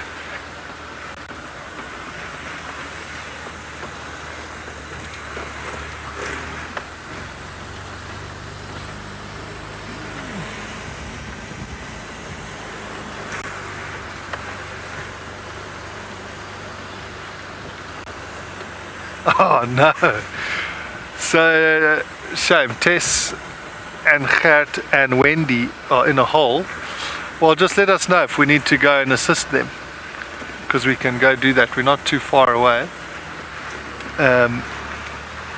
especially if those lions are on the move. We want to stay with the action.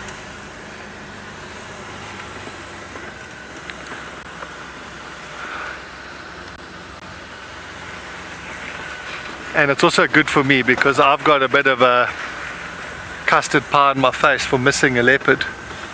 So you only sort of wear those dunce caps till the next thing happens. So if Tess is stuck, I've only worn mine for one day.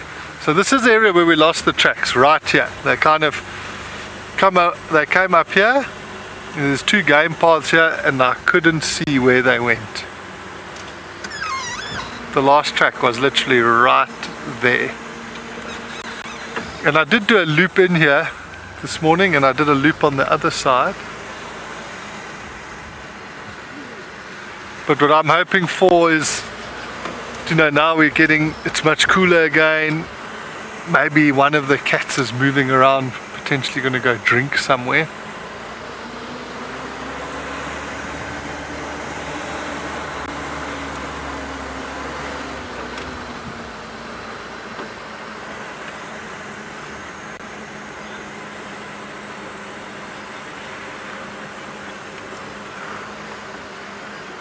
Joanna, I will tell you right now, the answer is 0.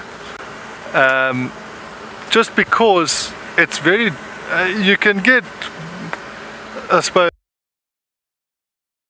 like an educated guess based on the area, but just based on my short time here on Djuma, all of the leopards almost overlap at some point of their territory. So you could make a call and potentially be correct. For example, the leopard tracks today that led here, they came out of Chitwa exactly where Tundi went in and relocated Marips, and then came out of there and walked all the way down here. But what you hear guys saying is, oh, but the tracks here, it can't be Tundi because she doesn't normally come this far. But we've just followed the tracks from where she came out all the way here. So unless it's a place where it's like a core part of the territory, then you can be confident in making that call. Or unless it's a leopard that's got a unique feature to its track. Like one, I've tracked some before that have had a big crack in their pad or a toe missing. Then you know, okay, cool, that's who we're following. I think I'd have to spend more time here to get sort of more sharp with that. I know Tristan spent a lot of time here and studied the maps that were sent through by Panthera, which show the movement patterns. So then you kind of get to know who should be where. But I would suggest, just to save getting a bit of custard pie in the face, rather just say you're following a female leopard track or a male leopard track, and then once you find it, call it out at who it is, if it is one of the characters. FC, will you just update me? Do I need to start going towards to assist them, or are we leaving them high and dry?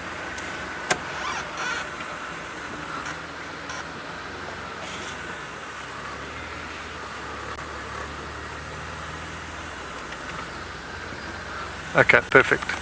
They're just saying it looks like they are getting out of the hole, which is good.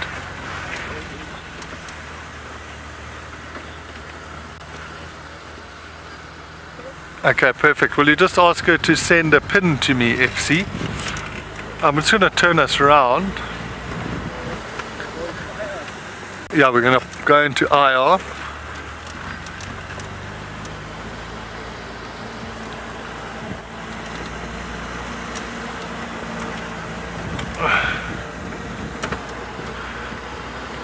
I wonder if we should go back down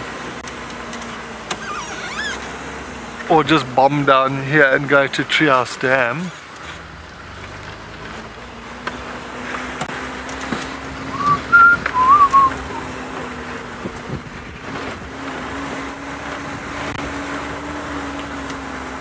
Jeez, I must say, Tess showed me a picture. I think she actually posted it today on Instagram.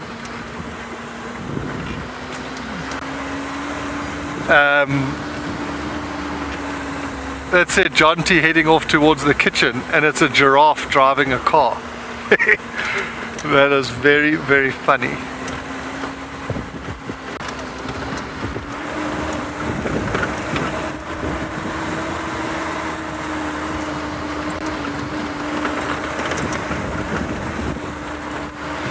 So this is quite exciting. It's always fantastic going to do a bit of vehicle recovery, especially in the dark. I'm just going to see where she is. Tess has just sent a location.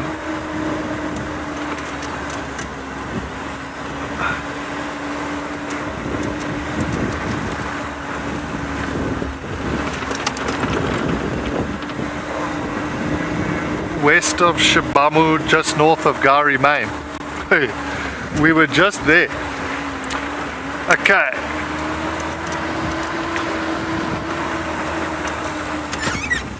We'll be as quick as we can.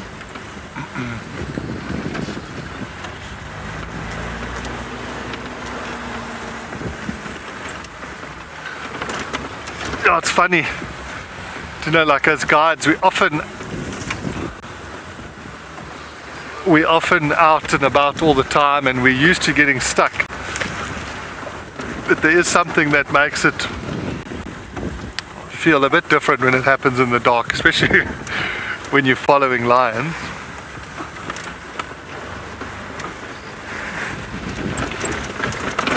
And I remember you always kind of got dragged a bit if you had to get help sent to you, so you'd always try for as long as you could to get yourself unstuck. But it's always so epic to go and help. The only bummer is we kind of had done a loop all the way away from them because we didn't want to disturb them.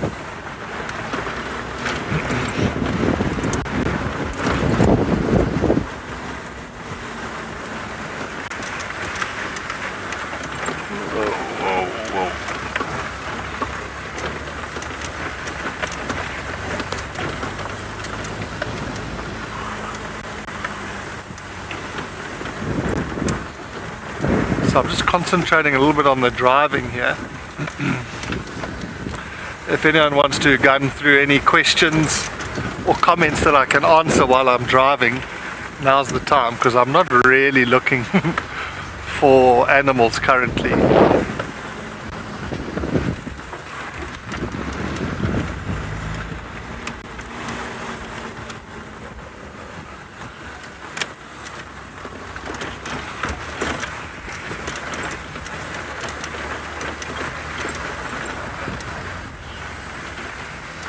Yeah, Momo, it's cool. You never know what's going to happen in the bush. Most of the time that I've had like severe breakdowns and that, it's been in pretty critical situations with lions or leopards. I even once got really stuck in a herd of elephants.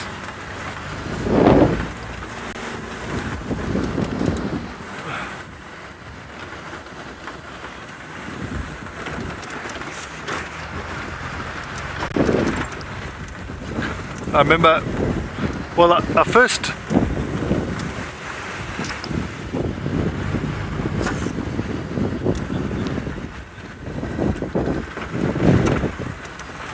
copied FC. I remember once my car was so crazy, it had picked up some old fence line wire that had gone literally wrapped around the whole entire prop shaft. And so I said to the guests, listen, I got to just climb under the car and sort of cut it loose. Let me know if you see anything. And I went under the car and I was under there for like, I don't know, 10 minutes probably. And I could just hear them talking and I could hear the occasional click of a camera. And then I looked out from underneath the car at the back of the car and I could just see elephant feet. A herd of elephants had rocked up and not one of the guests had told me. So I had to just tell them everything was fine, just sit still. And I watched the elephants from lying underneath the car.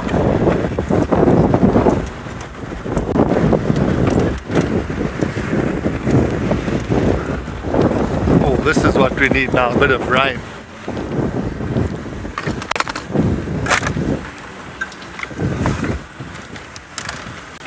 Just to add to the old scenario, a bit of fun reinigen.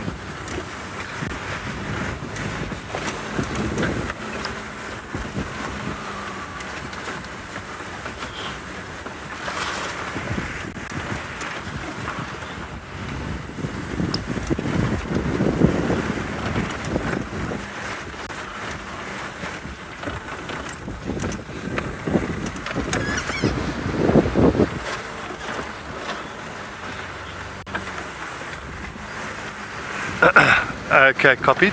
I'm just going past Treehouse Dam now, so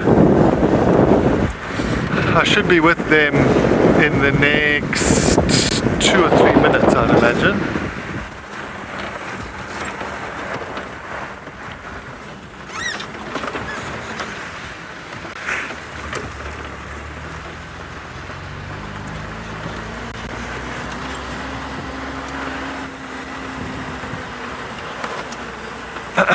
Riley, that's a good question. So often one of the first indicators is if they're lethargic. You'll notice that they're not sort of moving around with the rest of the herd or with pride, or just not how they normally move. And you'll see they might get, their coat doesn't look as good as it may normally look. But there'll be a big behavioral change in them. But like the coat, and I mentioned the other day, like zebra, their mane will be floppy. Oh, here are the lions here. Okay, so we're going to have a bit of a walk by.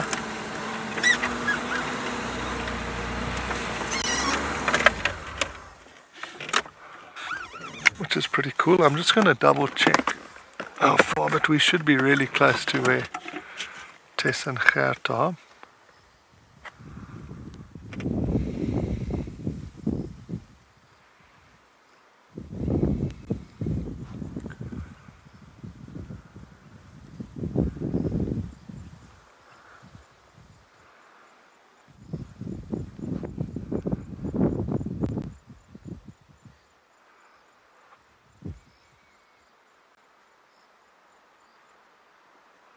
How cool is that?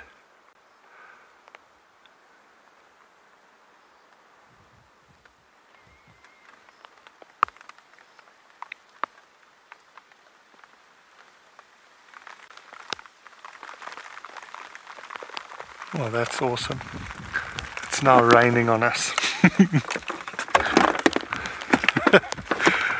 How cool to have those lions walking past us.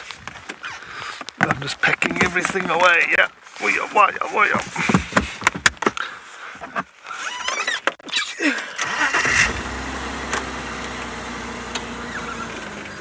Yeah, Dean, that's pretty cool, eh? As we're on our way to Gert and Tess, just to have that awesome walk by. So I'm sure those lions are going to go and drink at the watering hole now. But like we mentioned yesterday and earlier today, these conditions now are so good for lions to go hunting. It's cloudy, it's windy, it's rainy. You saw the one lioness was walking and listening off to the side.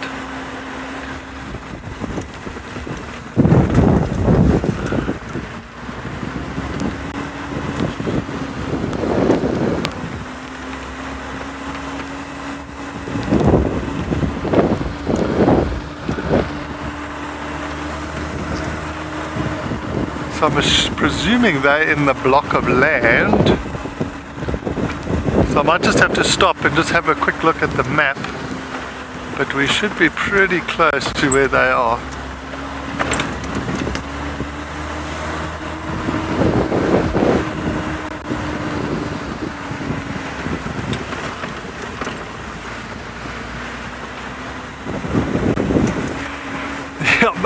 Margie, we do get to know them pretty well, but like in a situation like this, it's better to use the map just to make sure that we're going to the right spot. I think Tess has sent a pin as well.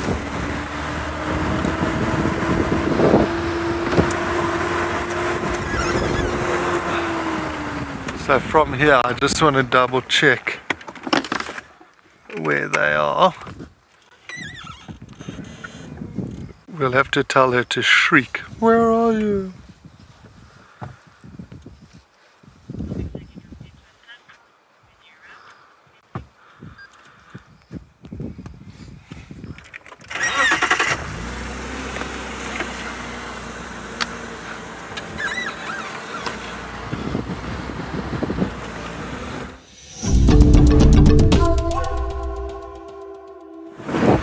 Okay, so we on Shabamu Road now. We should be really close to where they are.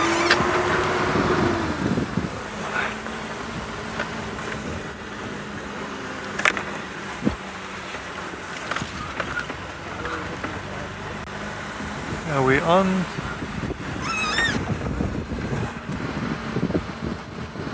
I'm just going to chat to Tess quickly.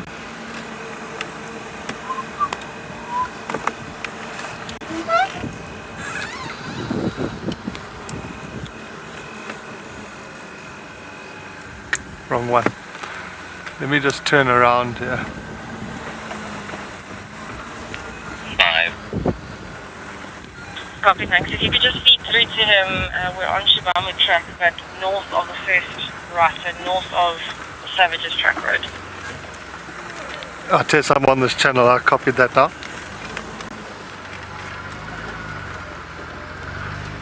Whoop.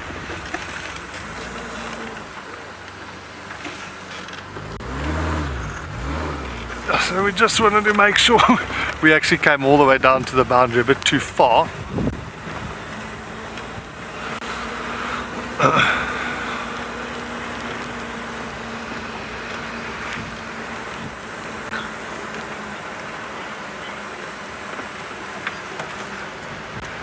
Copied.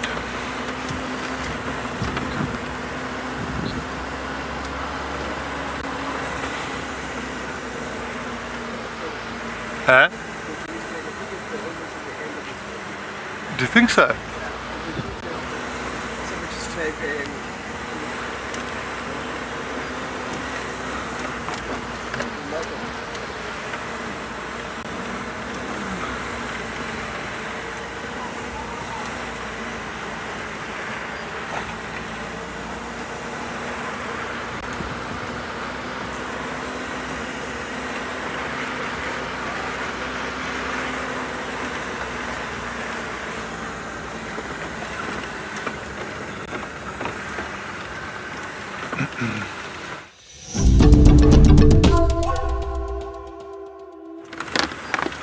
Okay everybody, so we are very close to Tess and Gert now, so we are actually going to go to a repeat for the last 15 minutes just so that we can concentrate on getting the car out safely. But thank you very much for joining us this afternoon. We'll see you again in the morning.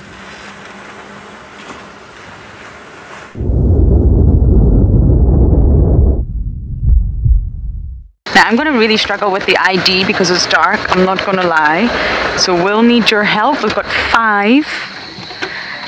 I can only see what the infrared sees. It's going to be tough. But let's do it, guys. Hello. How are we all? May I ask where you have all been? Okay, let's try and zoom in nicely on them down and try and get some IDs. Oh, tail up, look at that, is that corks? Oh, she's like a supermodel wading through this. Oh no, we're just going, okay. Going for a swim, nighttime swim. Jolly good.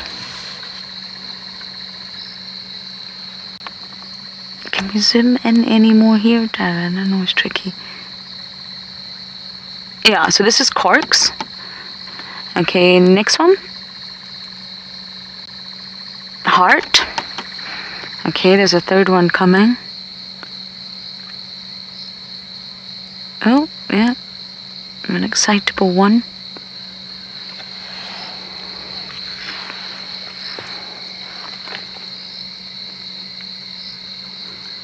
This is fascinating that it's corks and heart again, I must say. They are really, really up to no good.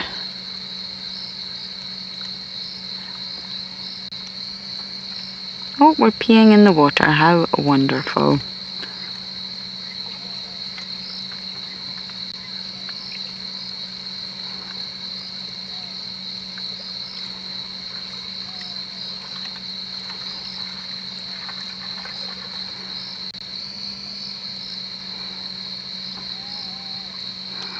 We've got some sub-arrows here. Can we just maybe zoom into this one, Darren?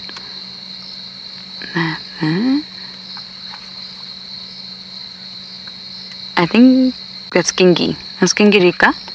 Okay, so we've got hard corky Gingi, and then let's try and get one of the other ones.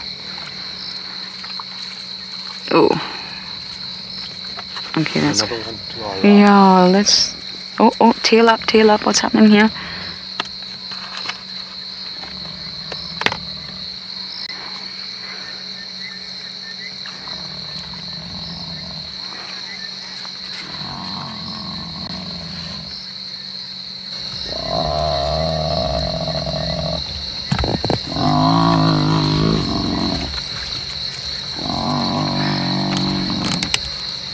Darren, let's just quickly zoom in on this one before we lose it.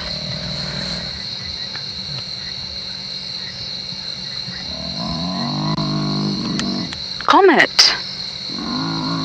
Yo!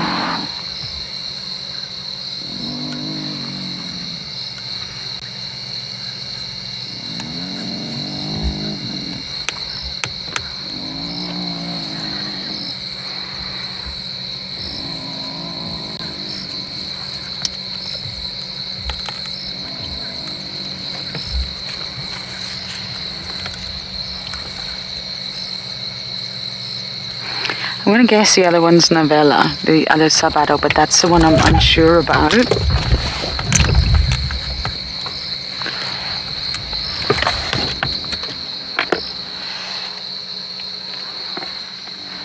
Okay, they are all moving. I've got a hyena in front of my car, but once it moves, we're gonna follow. Corky's up to no good.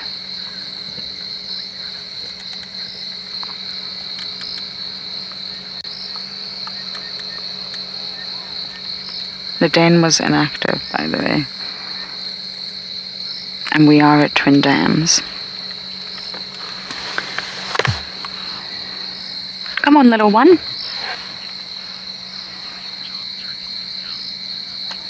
Oh, leopard lover, you are far too sweet, and thank you. It took a lot of patience, shall we say. And leopard lover, you know what I'm talking about when I say most of my hair is still in place.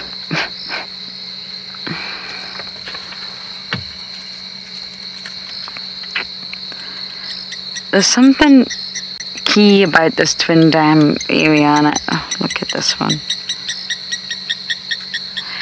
And it's something, I don't know if it's because Ribbon's Den was in this area, but let's follow. We'll turn that light down just a bit so I can reverse. I can't reverse when that light is on.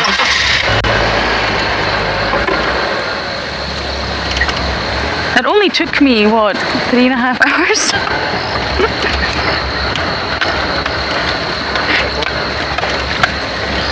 Yes.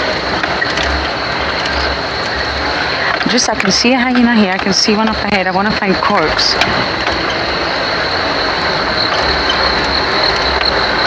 The comms broke up there, so I didn't get the name, but I do agree with you. I absolutely think that plans are being made 100%. And I didn't. That first day when I first saw Corky, I thought, oh, okay, she's sleeping, she's injured, okay. Do you know they're almost at the den? What is going on?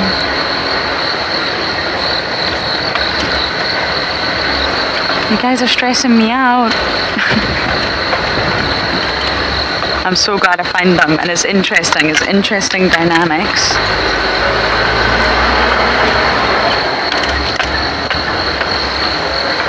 I am just going to turn this light off. I know it's going to make me really dark, I realise that, but it's hindering my vision. I just want to make sure I get this right. Okay, here you go, Darren, work your magic.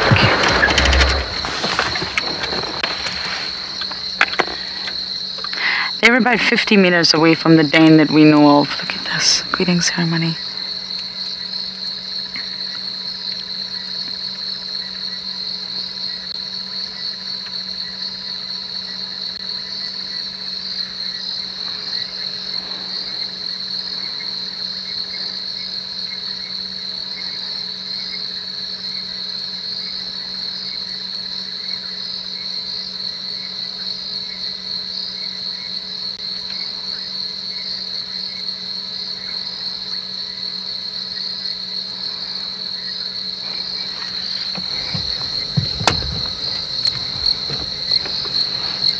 I'm just going to let you guys watch. Observation at this stage is going to be crucial. And it is hard in infrared.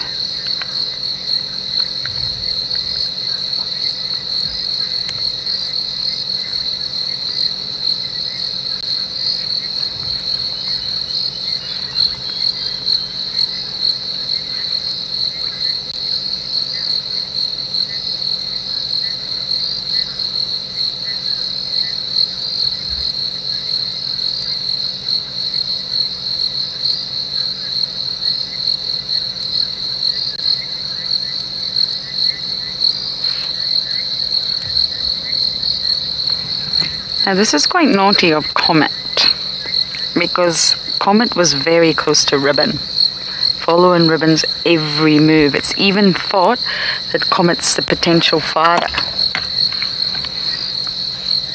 Look at that tail. Yeah, we are dealing with something way bigger than I originally thought. They're walking to the den. Yep, they're walking to the den. That's the path to the den. Okay guys, we need to follow. I just need to make sure we're not... Let's follow, Farron.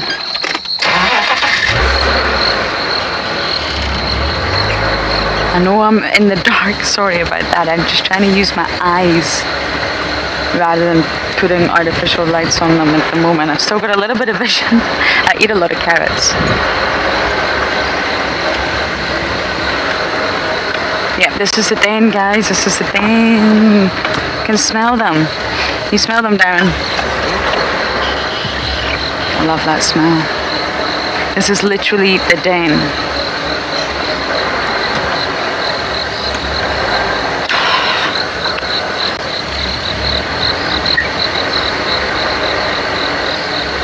I can't explain it at this stage, but they are on this road now. I'm going to stop. And right behind them is a termite mound where technically Ribbon's cubs should be.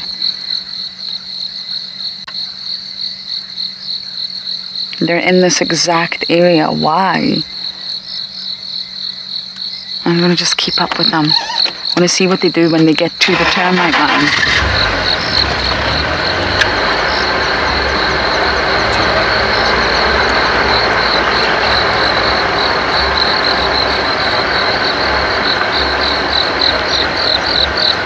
Unicorn, mine too, they're literally at the den.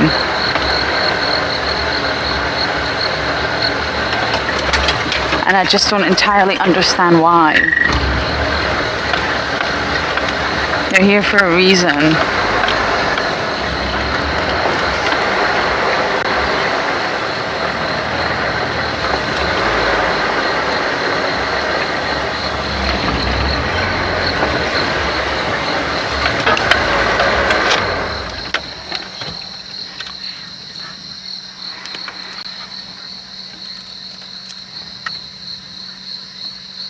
Smelling, assessing.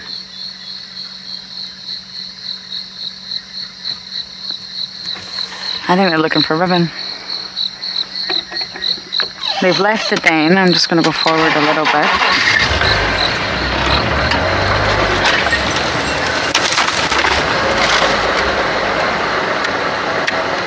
This is a den on my right hand side. There's a hyena. So they've left the den, they've walked in a sort of opposite direction. But they're looking for her. They're looking for Ribbon.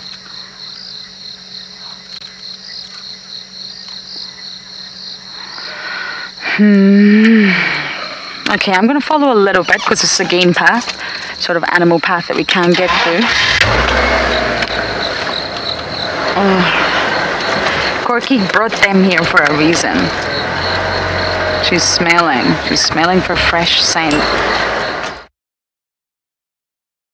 This is not good. I've been staying very positive and trying to avoid speculation because really you don't want to get hooped up, pardon the pun, in another insect for dinner. In speculation, when you need to observe, you really need to observe.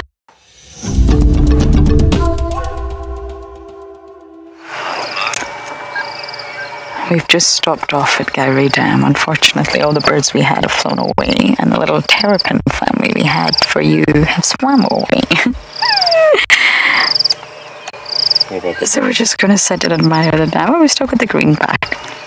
I love these birds. They're very active. Like it.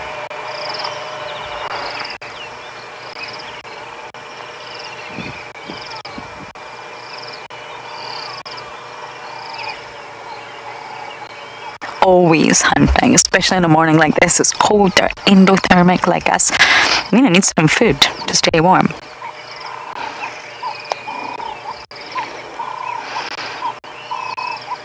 Oh, I think we got something there. I think it was just an insect. Oh, he's going for the insects. It takes a little bit more work to get fish, that's for sure.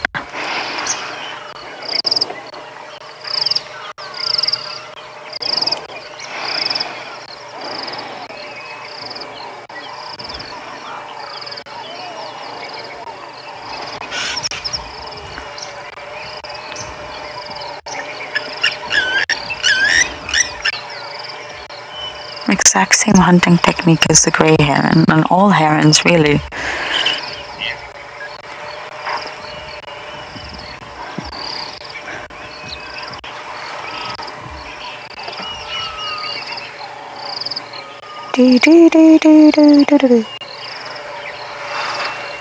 I'm getting better at that bird call. Good old Dietrich's cuckoo.